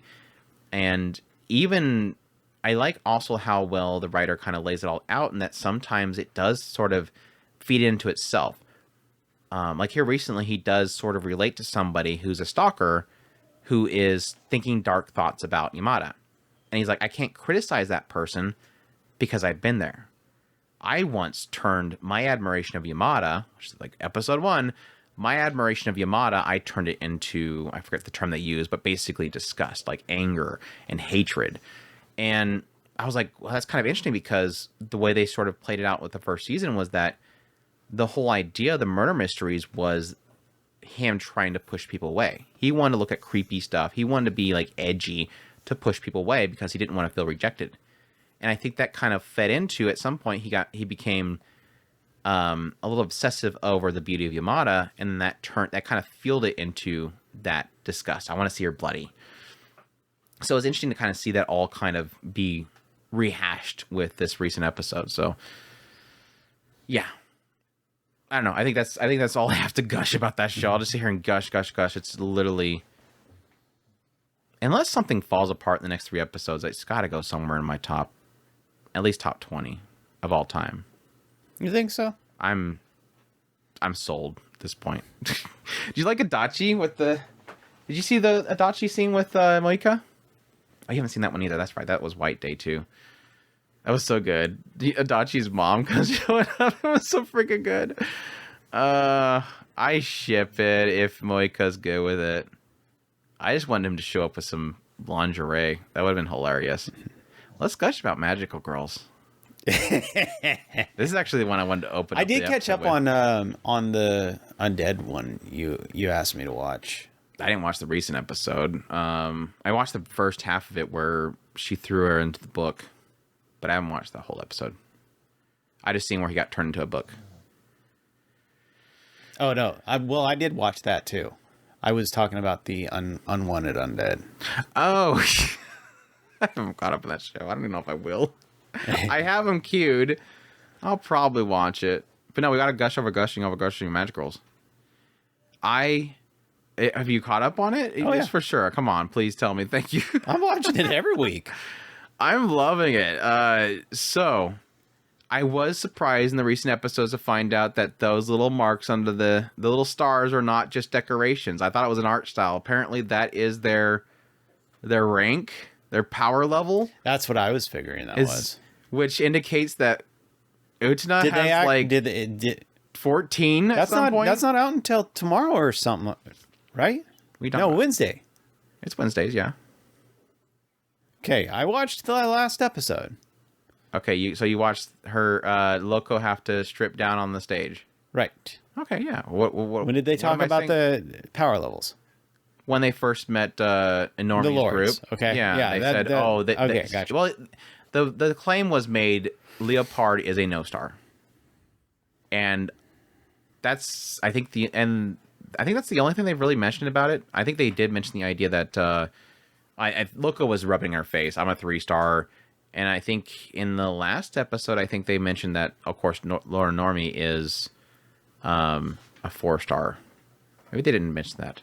I mean, she has 4 on her head, so obviously she's a 4-star. I mean, they could have them elsewhere. I mean, that's what I was pointing out with Alice, is Alice has 3 on her forehead, and it's like, well, what if there's like 2 more under the bangs? We just never see it. Mm-hmm. It's like, it's so funny how something that a goofy show like this has like all these little things that I'm actually kind of intrigued by, and I think it's because it's not trying too hard with it that it makes it fun. Yeah. Obviously the only thing that really makes it like truly interesting for me with this show is that, yeah, Utena is a prime example that it seems like you can increase it. And I'm wondering if the increase factor is going to be on us giving into desires. Well, they've made Because, a lot again, of emphasis on the fetishizing. Yeah, so if you go down that road, the more you accept your fetish, the more power you have. Meaning, like Noralis, for whatever reason, her thing is apparently playing house, and her power level seems to be increasing the more that she can get into the role plays. So you think Leopard is just blowing up stuff? I don't think Leopard is. I don't really have. I think Leopard is 0-star because she hasn't found her fetish. Exactly. Whereas, and again, I think Normie could possibly be the same boat as Baser. She just doesn't feed into it enough. Because she does seem like she's a dom as well. She's just sitting there like beating on Gigant as she's there, and then she strips down Musica and slaps her. I think she's going to be just like... Or it could be that she's doing that, but that's not actually her thing. I don't think that's her thing. That's why she's not increasing from 4. But yeah, it's obvious that Baser's is that, because the biggest example that I've had so far, or at least I didn't go back and look at the previous examples, but I just know that with Azul, it was, I think so far, the highest it's gone, which was 6 stars under each eye, and then it's always put a lot of emphasis on her eyes itself. Mm-hmm. So originally it seemed like she was only maybe, I think it was 3. No, I think it was 1 on each side, and then the eyes. So she was at least a 4. But with Azul, and when she broke Azul, she was at 14. 14 star, if you count the eyes. And it's like, at that moment of going, kind of pointing out, Leopard's a 0-star, it's like, she should turn around and says, oh, Magia gets up to like 16. I don't know. If you want to worry about that, you might as well join Baser, because she's up there at 14 right now. Of course, she wasn't there with Azul, so. But I think before... What was the last time she got that many stars on her cheeks? I don't know. I would have to look at it all again. was mad about the Lord squad. She popped Yeah, she up was growing real a bunch quick. of them there. Yeah, that's true. She's gonna crush them all. They messing with my magical girls. I love that when Leopard's like, "Oh, don't worry about it. You were injured. We had it handled. Don't worry about it. You had to get better." And she's like, "No, you don't realize we have to crush them now." It's like that's why I was apologizing because I want to crush them right now. Yeah, she's super pissed about them. Oh yeah, Vina, you said something about them hunting down magical girls. What does that mean? You were doing that? What the hell? Yeah, that's what you're doing. Why is this a surprise to you? You're working for an evil organization that's supposed to beat them up. Nobody else but you are doing this. That stuff is super funny. But yeah, I'll be curious to see. Again, I'm curious what Leopard. I'm I wonder really if Leopard more is going to be just wanted, but then she's been wanted by Baser, and we've never seen her kind of increase or anything like that. So there's got to be something else that Leopard likes that's going to be her thing. I'll be curious what if they. Well, I think that it'll if she I bet you if she figures out that if she's doing things that will make meaning that if she does things that makes Bazar notice her, she'll gonna get turn more into a powerful. thing where, like, she turns around and goes, Baser, Yeah. power up. I'm just throwing it out there because that would lean into what she does, what her thing is right now. She just hasn't quite found the key that unlocks it. My assumption was be something like that because how was she first recruited? Vina came in there and said, "Oh, you want to join us?" What was she doing? She was literally just posting nudes. Yeah. So it's like one of those moments of like, it was a joke back there. It was like, so she joined because she was posting nudes, and that was like, that shows that she's a naughty girl and that she joined the evil organization. Well, and that, or was it Vina specifically going, oh, so she wants to be wanted and it's something naughty so she can actually power up? I think Vina was grabbing them on purpose. Right. They knew that they were going, because they recruited Normie, Musica, Gigant, and Leverbloom. And they're all doing their thing where they just crush things, but they're not advancing. Then suddenly they go off to their, and he probably sent them, go do that magic hunting. And while they're away, he suddenly goes and recruits a little girl that likes to play with dolls, who just walked up and said, you know, basically, you're a doll, I want to grab you. And then recruits a girl that's posting lewds and a girl that is drooling when she's looking at the magical girls. I think he chose them knowing that they're misfits that can evolve because they have a desire that is lewd or whatever, and so they'll build up. So I think this is like again, this is so funny that I'm actually theorizing on this stupid show about lewd girls slapping each other as magical girls. But again, it's at least got a clever undertone story underneath this goofiness. So it lends itself. Well, and that's what I was going to ask you is what do you think Vienna's ultimate goal is? I mean, I did think that it was kind of this yes, she's opposed to the magical girls per se. And you had asked me at one point, do I really think that they're technically the bad guys, or is the white one, whatever the white one? Yeah, it's always that thing of like, are they? Yeah, is it going to be one of those flips at some point that? Yes, technically, Vots and all the Interest Magia are, and the other magical girls, they're all obviously in the public image being the good guys, but in actuality, all they're doing is fighting Vena's group. It's not like it's ever showed Tres Magia stopping criminals. It never shows the magical girl stopping a speeding bullet from hitting a kid, or a speeding truck hitting a kid. You can do a bullet tool, a bullet too, just like Superman. They've never showed them actually fighting crime or natural disasters. They only show them fighting Vena's men, the bad guys. So they're in the public's image, they're good guys. And yes, and Magenta, I think, is going to be an oddity. Magenta's too pure. She's going out there and hanging out with the kids and having fun with them and wearing pasties. So yes, it does leave the question mark up.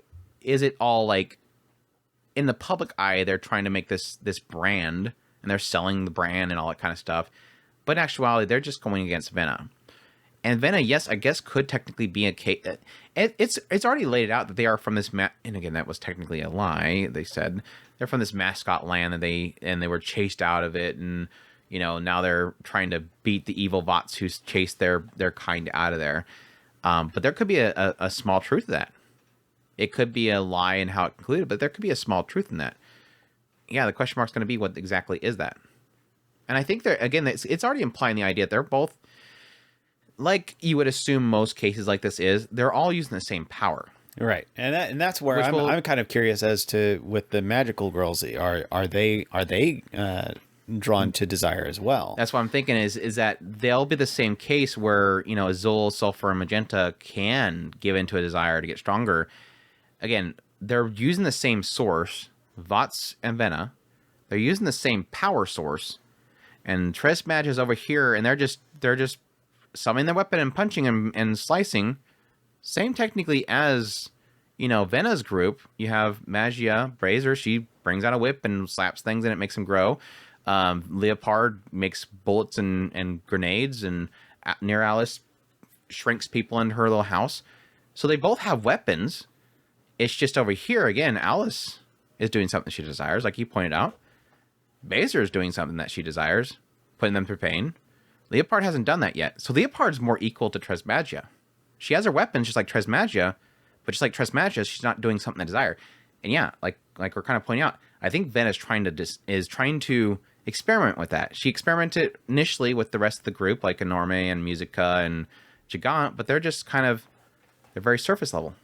And now she's trying to go like the extremes with the new group. So again, I like that it has at least this little undertone of something extremely clever. Now, I'd be very curious to see how it kind of plays out. And all the while, I'm having an absolute blast watching Brazier just do the most bonkers stuff. She is. I give Seiyu. You said you mentioned the Seiyu. I was getting ready to say the same thing. I think that the Seiyu is absolutely nailing it.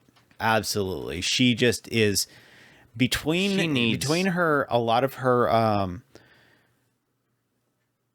animation and her voicing is absolutely just dragging me in, huh? I wonder if that'll ever get a dub. Good luck to whoever voices that. Good luck. This site doesn't have a listing for it in English, so I don't know, I guess if it does well enough for High Dive, they might do it. That would be bold as all hell. I'm just saying that is a bold one. She's only been in 3 roles, and 1 isn't aired yet. She was Kosher from Potion, which is like a random girl. Then Uchna, and then she's supposed to be in High Speed Etole. Etole, I'm guessing is how you pronounce it. High Speed Etole. I know that name. It's a upcoming, I think it's an original. Yeah, it's an original racing anime coming up in spring, so next season. She's the main at least. So at least, okay, everybody, High Speed Etole. Let's see if she can nail it. I mean, she looks like she's Rin Rindo is her name. She's gonna be probably a Genki girl.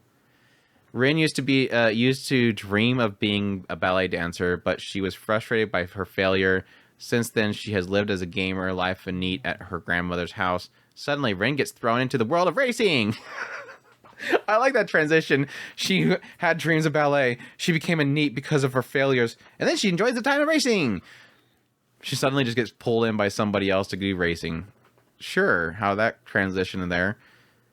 Unless she doesn't look crazy enough.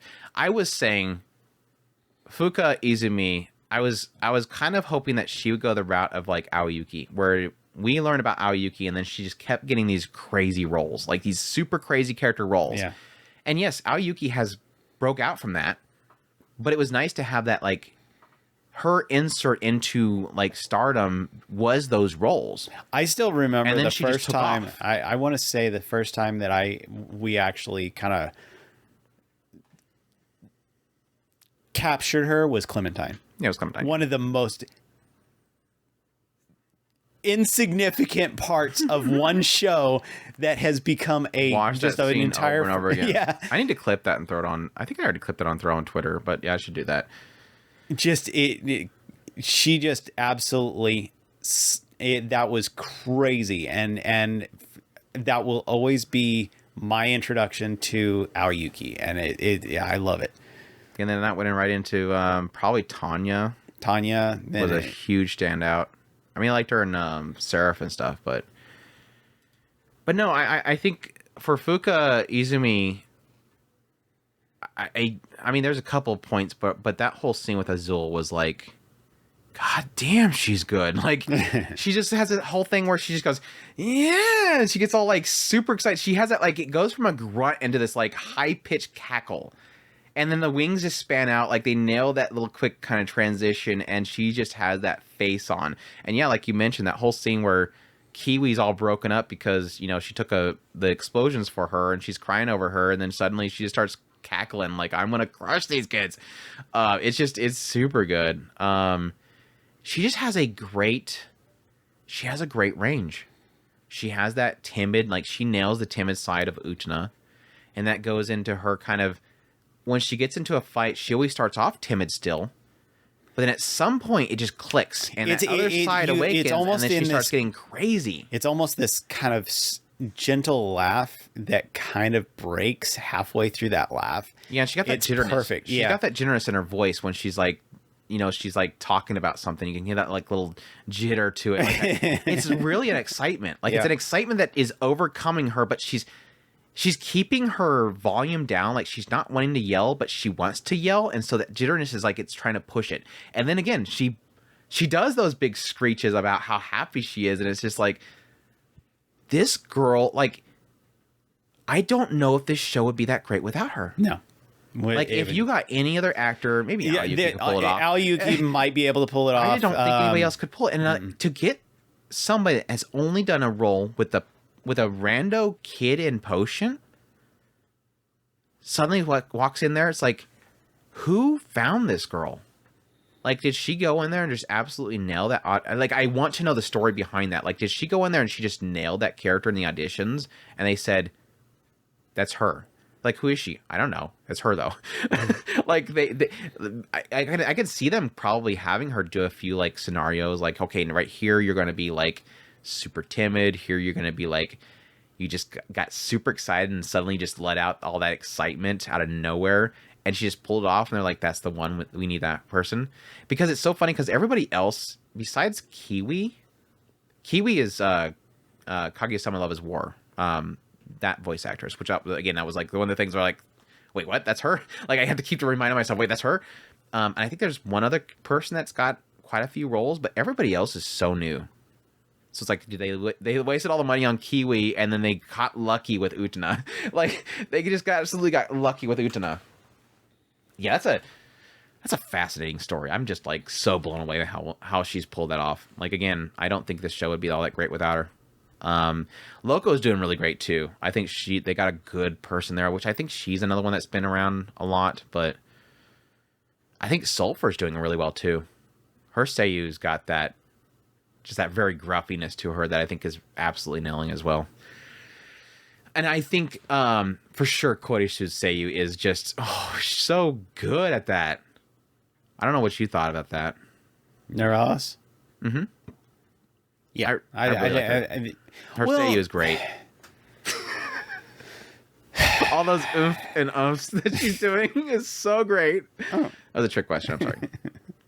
You're like thinking, wait, where? I'm trying to think of an example. Is she good? I think, no, I don't remember. Yeah, it's like that Seiyu that signed up for that's like, okay, we want you to make 3 grunts, and then we're just going to use those over and over again. Okay, grunt, grunt, grunt. Here's $50. Shiori Sugi Ura. Yeah, she hasn't really done much at all. Which again, she's just going to grunt a couple times. She was the girl that got horribly butchered, I think, in the baseball park in Platinum End. The poor girl that was a hostage and got killed in that Platinum Inn. One role. I think, who was I saying earlier that was... Oh, yeah, I think it was Loco. Yeah, Yuka Aisaka, sorry. A lot of side roles. Very interesting, though. I'm assuming for the end of this season, it's probably going to be going to obviously taking down Enorma. Do you think they'll take down Enorma before the end of it? Probably. I've skimmed ahead, but I don't know exactly what happens. Like I haven't. I get an idea so. where things are at, but I don't know exactly what happens. But I can totally see it going the direction of. I mean, they've already split the groups, and now Loco and Liverbooms has joined Baser. So that just leaves Lily her taking down Gigant and Normie. That was it, right? That was 4 of them. So they've already have half of their team. I can totally see her taking them over and then punish them, and then punish them all for hurting the magical girls. What was the one that you want to talk about? I don't really want to talk about solo leveling. I'm behind on Tsukimichi. You're not watching talk about bottom solo tier. leveling. I hate Sengoku Yoko. What was that you brought up earlier? I just was saying Villainess that Lv99 is great. Have you watched the recent episode of that? Mm-hmm. I'm pretty sure. Unless it happened in the last 3 days, I have. She got a dragon. Yes. she's like literally like he goes. He literally goes off on the vacation. He wanted to invite her to help him level up because he's like, I gotta level up. Patrick's gotta level up because she said that she only likes people that are as strong as she is. I'm waiting for them to do a retest of levels, and everybody realizes. I thought they were gonna do because they just came back, and he's trying really hard. Sure, they were going to. But no, that was my whole hope because they did that split up of the outer regions and the inner regions, and I was like, she's power leveling them, and it would have been so great for them to rub it in their face to say. They're all leveled up. I think we mentioned that in the first impressions.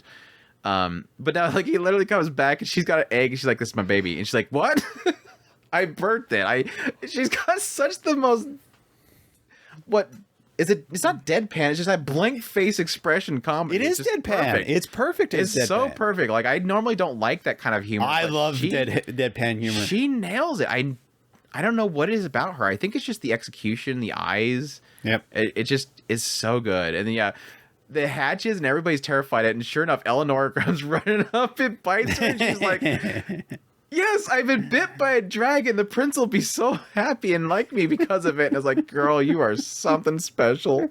She is special. I absolutely adore her. The moment they became friends, I was like, "Thank you." Finally, Eleanor has actually become part of the group because they introduced her really early, and I'm like, "Is she not going to become her friend?" Because they eat in case they're friends, and it's like. Yeah. She just disappears, and then finally she comes back, and she's like, "You're so." It does the "you're honest" joke, but it's like, yay! Finally, Eleonora is like, finally friends with her, and they're like so perfect. Like, Yamilia, Patrick, and Eleanor are so great because Patrick is the straight man, Yamila is the deadpan don't give f's, and then Eleonora is she's too into what other people think. So there's like an opposites there. And then he's kind of in the middle. And I think that's kind of why I wanted them to kind of hang out more often is because they balance each other. But yeah, Yamila is just, she makes that show. But no, the dragon was dorky. I hate the dragon because it's god-awful CGI. It's so bad. It's like, it made him 2D for a while, and then suddenly he's fully grown. Okay, now they're going back to the CGI. They've got him to the age where they're going to be probably having him for the rest of the show. So now we can make a model for him so he can fly around like an ugly dragon. And I'm like, please stop. I don't want that anymore. But yeah, I've been loving it. The whole exercise and stuff they did for the longest time was just, it kept, it's like it's literally using the same joke over and over again with the whole whistle blowing and them constantly saying stop blowing the whistle, and then at some point he kind of indicates that she can blow the whistle, but she has to ask first, and then she blows the whistle, and everybody's just yelling stop blowing the whistle. But like I said, I was really hoping for them to, like you said, do another test and then find out that literally everybody's the same level as William, just to tick him off. Just to tick him off. But I do like that they've actually indicated a lot of things that she's sort of breaking. Like, there was a girl that asked her to help with the dragon. Normally she asks Alicia, and she's like, "Oh, but that's because I've already messed things up." And again, I like that they've hinted at what I was predicting from the very beginning. I thought that because she got Alicia, because she pushed them towards her early, because she's trying to get him out of her hair, they ended up pampering Alicia. And they're already indicating the idea that she's not going to power up. I was convinced she's going to probably get stuck at 1, and she's never going to level up. And then they did the whole they split up their campaigns and their training, and I think they were indicating the idea that they were protecting her so she wasn't getting stronger. And so I think they're already confirming my prediction, which is going to be when the Demon Lord finally shows up, she's going to be level 1. She's not going to be able to help them. And it's going to be obviously Dolkus that has to do it, but well, yeah, I think it's and this is there is something else I want to ask you that I wanted to ask you a long time ago, but I kept forgetting. But I don't know that that's necessarily true, because she's already approached Emilia and said, "Hey, how do I level up?" Or how do I yeah, get she stronger? said to go to dark dungeons. Yeah, and she's like, no. So Take a flute and go to a dark dungeon. I think that she will probably break out of it. I think that there is the aspect of it'll depend on how serious the writer wants to take the story. It seems like the writer wants to take it serious, so I kind of want to lean on that idea that they are, and that is that at some point there will be a like that. That's why I kind of wanted to see another power level reveal to show that the people who are kind of following Emilia's ideals are leveling up. That'll force the prince's group to say, oh, we're going to fall behind real fast. We need to do something. Now that might not make them reconcile with Emilia that fast, but it'll force them to try. And then they'll realize that they can't do it without Emilia, and then they'll go and reconcile with her. You have the same problem I have. Huh? Emilia. You say Emilia too. Emilia, and I could not get myself to stop. Dolkness. Yeah, just call it Dolkness. Dolkness. No. What I do want to ask you: the dragon lasers and everybody leaves the room. Do you think Patrick is the Demon Lord? Have they indicated him having a? He's wind. Wind. His power is wind. So no, he is not darkness. But no, I didn't have that indication. I am assuming that he is secretly a part of the anti-king group, though, because I think at some point he said something here recently that kind of indicated that he's against the king's group, and I was kind of like, that kind of sucks, because they told her to stay away from that group, and suddenly this guy shows up and he's kind of being kind of cool about it. I can see him being maybe related in some way, but I don't see him being the actual Demon King now. I was leaning on either. I don't think she's ever indicated that she knows who he is. I was leaning on either Ringlets or him. The reason why... Ringlet's definitely not it, because she is indicated that she is in the game. Well, both of them are actually in the game. It's just that neither of them are very, very in the forefront. The issue is that she never does specifically say that who it is that they reveal as the Demon Lord, but she does say that after the Demon Lord dies, then she comes up as the hidden boss, but you have to play things out a certain way to get her to do that. The interesting thing is that it plays out in such a way that it would make sense if for Ringlets to be the Demon King if the prince chooses Emilia, or whatever her name is, the pink hair girl. If the prince picks her, then Ringlets turning into the Demon Lord would make sense.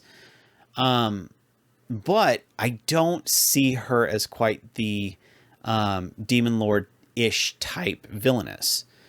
So it's this kind of weird thing where I'm trying to place... I would see that, but they... Usually with that, they would kind of point that out in the idea that it is the villainess, and the villainess turns in that. She's always kind of classified Eleonora as just being a villainess. And the question mark that really comes around with Dolkness is more of an idea that she's sort of piecing it together why Dulkness is it. And it is odd that she seems to know about the game, but it doesn't seem like she's an expert at the game. So and it could be also an aspect of the idea that it just doesn't really write the character well, or at least the game itself doesn't write it well. But at least it is kind of showing that she's discovering, okay, this is why Dulkness is the way she is. And that was all in sort of being in the shadow of Eleonora. And that's why she didn't want to get involved with Eleonora.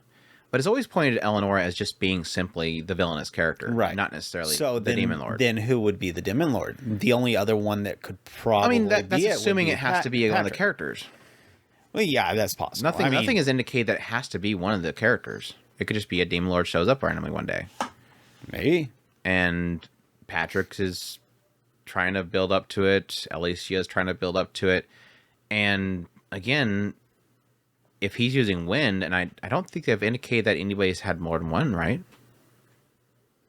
I don't think they've ever indicated that you can have more than one element. No, not necessarily, but that doesn't mean that he doesn't change at some point. I mean, oh yeah, anything can happen. It could be Rita, the maid. Suddenly out of nowhere, Rita suddenly starts using dark magic and kills Yamila, and then anything can happen. It turns out to be the prince. But Dirt. I was just going for logic's sake. It would be, I think that would make the most sense if he was, but at the same time, I mean, because it would lean into, okay, if he dies as the Demon Lord, that would make sense why she would pop up as the hidden boss. But at the same time, it's interesting. I don't know. I just thought I'd ask you if you thought either of them were the Demon Lord. Yeah, I don't really think I have any indication as to any of them being a Demon Lord. Like I said, I think it's just going to be a third party or somebody that might be introduced later on. It's very possible if another character pops up and fits the category. Suddenly, a grinning little kid shows up out of nowhere. That's the Demon Lord. Yep, that's the Demon Lord. It's like we all know somebody shows up and squinty just says, eyes and hey, big sister, and he's got like these short shorts on, and he's got this big grin on his face. Yeah, squinty eyes. Yeah, if you have some random dude show up with the squinty eyes, it's always going to be the bad guy. It's always going to be the bad guy. An overly obnoxious character that is like friendly to everybody. Yeah, somebody that's the best friends of everybody is always going to be the bad guy. I apparently have to watch the recent episode of Seventh Loop because apparently it shows one of the loops. Are you still enjoying Weakest Tamer? Yep. I have to admit, I'm cooling down on it. I don't dislike it, but I am cooling down on it. Like, I was super hype on the show early on, but I think after she left Ogoto, the town where Ogoto was, which was the town that had all the guards that were, Ogoto was going around telling all the guards to be nice to Ivy because this random boy showed up that's adventuring and he's our help, and everybody's like being super nice to him. I think when she left that town, I was like, I kind of don't like this cycle. No, the recent episodes does indicate that she's finally accepted somebody. Yep. She's finally she didn't accept them by telling everything about herself, which that was the whole point, but she has at least revealed Sora, which seems to be something that she has been very much so not wanting to show anybody. Well, I think that this is an important moment for her, character development wise. She needs to see that it's okay for her to trust somebody, right? And that they if she couldn't trust Ogoto, that was like, this dude's like literally like your replacement dad. He was like the coolest dude ever. If she couldn't trust that dude, yeah, it feels like a big step forward to be finally able to do that. And by not having her trust broken, then the next group that she comes along, at some point she's going to get to the point where she can reveal everything. But as it stands right now, she's still guarded. Yeah. So I think it was, I liked it mostly on the aspect of I seen a lot of character growth for her. So yeah, and I think that was my problem, is that was that like episode 8 or 9? We're on 9 now, or was that 8? It just feels like we're almost done. It just feels like that took a long time for us to finally get at least some sort of step forward for her, which is fine. I don't expect the character to like completely open up within 2 episodes, because that kind of defeats the purpose of her being hunted down by entire family and the village to be killed. You kind of have trust issues when you're that young, when you're 8 years old and you're chased out of your village by everybody wanting to kill you. You have trust issues. But yeah, I was more kind of frustrated because it felt like at some point it just kind of kept walking, and I kind of wanted her to take a moment, breathe, and kind of settle into something and build something. And it kept feeling like she kept walking away from things, to the point where all we were doing is just having her wander in forest over and over and over and over and over again. I was like, I wanted counting monies as rats. Yeah, counting money as rats. Yes, a lot of rats. And I don't know. I still think it's too pure, and I want her to be happy. But there was a side of me that was kind of like these recent episodes. I'm going, I kind of want something. I want something to kind of happen, and to explain why there's a whisper in her head. Oh, it finally did something. The whispering, the other self in her mind finally had her do something, and it changed something. They showed her how to do fireworks with different colors. Yep. So finally the isekai self did something in this new world. Now, we didn't immediately transform it into something where she can make massive amounts of money, because she could totally start selling fireworks bags. But I mean, at least it did something to change her. But yeah, I still think it's super sweet, super enjoyable, but a little bit frustrated by it. I am curious what the whole deal is with the presence. Do you think that was a mental image of what she was seeing as a dangerous aura coming towards her? Or do you think there was, because Seal responded to it as well. Do you think it's a physical gas that was coming towards her? Do you think this Tamer was producing a gas, or was it just an aura that she was seeing visualized? I honestly don't know, because I was trying. I don't even know if that's that Tamer. Maybe there's something else in that forest. I mean, they were kind of implying that it was. I mean, that was the whole point of the presence coming to her in the tent, and then suddenly the other guy shows up and it goes away. Mm-hmm. It's probably because they were coming towards the tent, and then they seen him come and they ran off. Right. So I mean, but Sora then why did she not see it later on when she actually met the lady? Right. So I'm leaning towards it's probably not. It was just some kind of misdirection. Similarity, or because she drew a conclusion, because then she started asking about different people, and then Sora started getting cowardly towards the name of her. Right. It could be a thing of her just drawing that conclusion because now it's cowering and assuming that it's talking about the presence. And it could be two of the different things. It seemed odd to have a visual representation of something coming towards her that is literally creating this gust. And I think she even mentioned the idea that she was seeing something coming towards her. So it wasn't like a mental image she was creating of there. I think it was a silhouette of a person in there. Yeah, there was a silhouette. I'm just talking about that like smoke. Yeah. Didn't she like indicate that smoke was a thing, or was she just saying it was a presence? She originally she had said it was a presence in the tent. She said it was a presence, but yeah, it was actually something that was intense when she actually seen it. So yeah, I was thinking like it's like some kind of smoke monster. Smoke monster's coming after Ivy, and she's just like making the connection between the two of them. But yeah, it's didn't they indicate that she changed colors? Sora changed colors after she healed Seal? Because it's always been clear through. She did.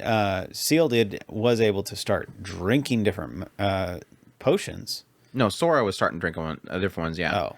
But she said something to the effect of after Sora healed Seal, it changed colors. But it's always been kind of a clear. It was like a hue to the clearness or something like that. That changed. I was kind of curious what that meant. But yeah, I do like that they've kind of pretty much put I don't think they've put a conclusion to it, and we're still kind of mentioning the idea that it would be really annoying if they end the season with suddenly her family showing up. I really am still dreading that. Suddenly, I don't know where the parents catch up with her, and then they're like, "Wow, you're so amazing! Now come back to us." Something stupid like that. But I do like at least that they've kind of pretty much cemented it in the story that village sucked. Yeah. But I just hope that at some point she realized that, like, it's not. And again, we haven't really gotten an indication outside of the village. What do people actually think of Starless? Yeah. Like, I almost want her to kind of, like, passively, like, ask somebody, like, back in my old village, I heard that there was this one girl that was a Starless. What do you think about that? Oh, a Starless? That's weird. Or are they going to say, like, a Starless? That's a cursed child. Be careful around that person. You were around them? I kind of want her to, like, just kind of casually mention it to somebody just to see what they would think of a no-star. I'm very curious as to if it is specifically centered around the church. Yeah, I'm assuming all areas would think it's a boon because it was the church person, not the chief, that was freaking out about it. It's just the chief decided to use that as claim a way, that was why Luba died. Yeah, to use that as an excuse to get Luba out of power. Yeah, was jealous of her.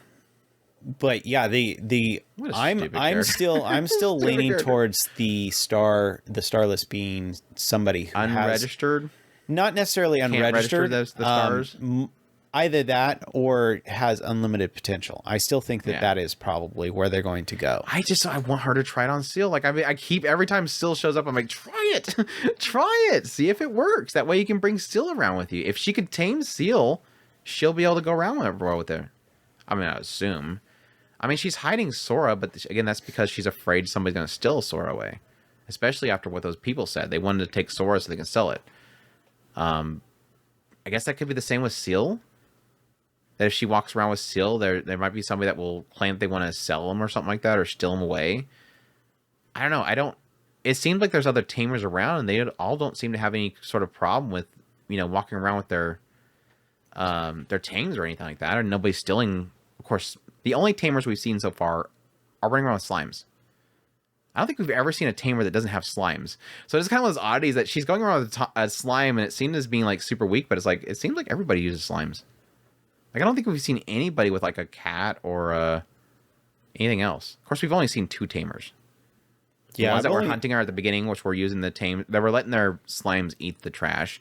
And then this recent lady that had 2 slimes. I don't think they showed her with anything else. Yeah, I didn't see anybody... Or I didn't... I completely forgot about the other one. So the only one I could think of was the lady with her 2 slimes, so... Yeah.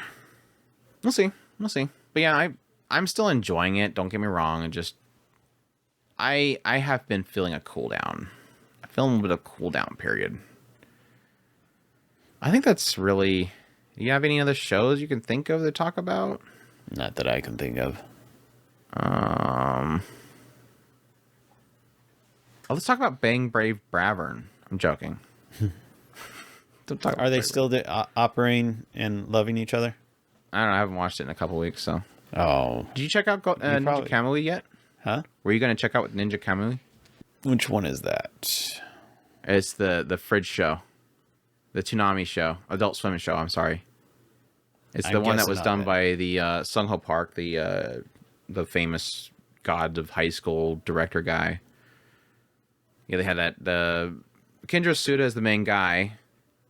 He's a ninja, and he's retiring with his wife, hiding away in America with disguises on, and then suddenly the organization that they were ninjas from come and find them and hunt them down and kills his family, fridges his wife and kid, and then he goes and gets revenge. That I need to watch. Unless you want some really cool action. It's a Western show where you fridge the family and he goes on a revenge streak. Unless you like those kind of stories. You like those Hollywood revenge stories? Go watch it. If you want me to go watch it, I guess I'm going to go and watch it. I went and did Unwanted Undead for you. You did that for me? Don't do that for me. I never asked you to do that for me. I would. You said that I would really like that one. I said you probably would like it, but I didn't say, Chris, go watch it. I want receipts. I know you said I would probably like this show. But that doesn't mean I want you to watch it. So I went and watched it. No, I did not say to go watch it. That does not mean go watch it. There was probably something else that I wanted you to watch more than that show. There was another one that you said that you were kind of really wanting me to watch, but you were a little unsure of it. The Witch and the Beast, maybe? Maybe. I watched the first episode of that. I guess I can go and catch up on that Ishura has been a lot of fun, too. Do you want me to do Ishura or that one? Ishura what? or The Witch and the Beast. I don't know that I'm going to get to it, but I'm trying. I still have to I got to get caught back up on Dangers in My Heart, so be careful. Ishra, oh yeah, keep on Dangerous, but Ishra may end up having a lot of fun stuff to talk about. But I wouldn't guarantee that yet. Whatever. You can watch whatever you want. If you so badly want to watch Undead Unwanted, you watch your Undead Unwanted. You said I would probably like it. You do what you want. If you want to watch that piece of garbage, you watch that piece of garbage. I'm not going to keep you from watching that show. I'm not going to keep you from watching Ishra either. I actually am liking it, by the way. That's what I said. I figured you would like it. It wasn't a you have to. It was a you probably will like it. It's up your alley. Anyways, I guess that's all the shows I really care to talk about spoilers. And I mean, unless we start to dive into Onsen Paradise. Did you get caught up on Onsen in Paradise? You really shouldn't watch that show. I'm not telling you to watch it.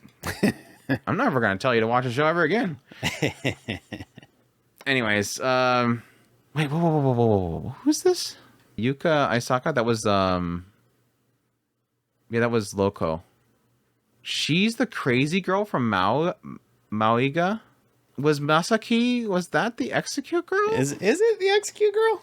I don't think that's the Execute. Let me double check. If that is, then yeah, she might be the Execute girl. Oh Masaki? Gosh.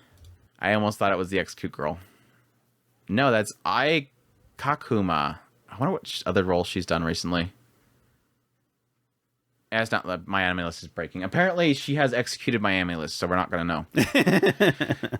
Oh, there she is right there. She has done recently... Oh, she's Miyu from Brave Bravern. There you go. She just continuing on... She's also a cute little girl that loves fluffy things right now. Is she? She's Nefertiti. And she's also Sapphire from Wedding Rings. Gosh, she's everywhere right now. She's also Hibiki from Tsukimichi, so the female hero. Gosh, she's doing a bunch right now. And she's also Pink and she just had to put in. She just had to put in the. She's Lavender in Slow Life. I don't know who that is. She's some green-haired girl in your Banished Hero party. I don't know if you're still watching that show. I got to catch up on it here soon. She's also Frostleaf from Arknights and Franca from Arknights. I didn't know they were both the same actresses. Anyways, I can spend all day looking at seiyus. But yeah, I hope you guys enjoyed this spoiler discussion for the Winter 2024. There's a 24 at the end there. But yeah, that was a lot of fun. We'll have to figure out what to do next week. We're getting close to previews. Not probably next week, but probably the week after that would have to be preview, I think. We always like to do it like the midpoint of the last month of the season. No, we might have to do next week. Because we usually like to do it like 2 weeks out from the season starting, which I guess is still... No. Yeah, I guess it's still the 18th. We'll see. I'll decide. Because I don't even know if I'm going to have enough time to put together a preview in a week. So it might have to be the 18th. But I might actually do my video for it before then, though. Because that kind of falls in that weird area. But we'll see.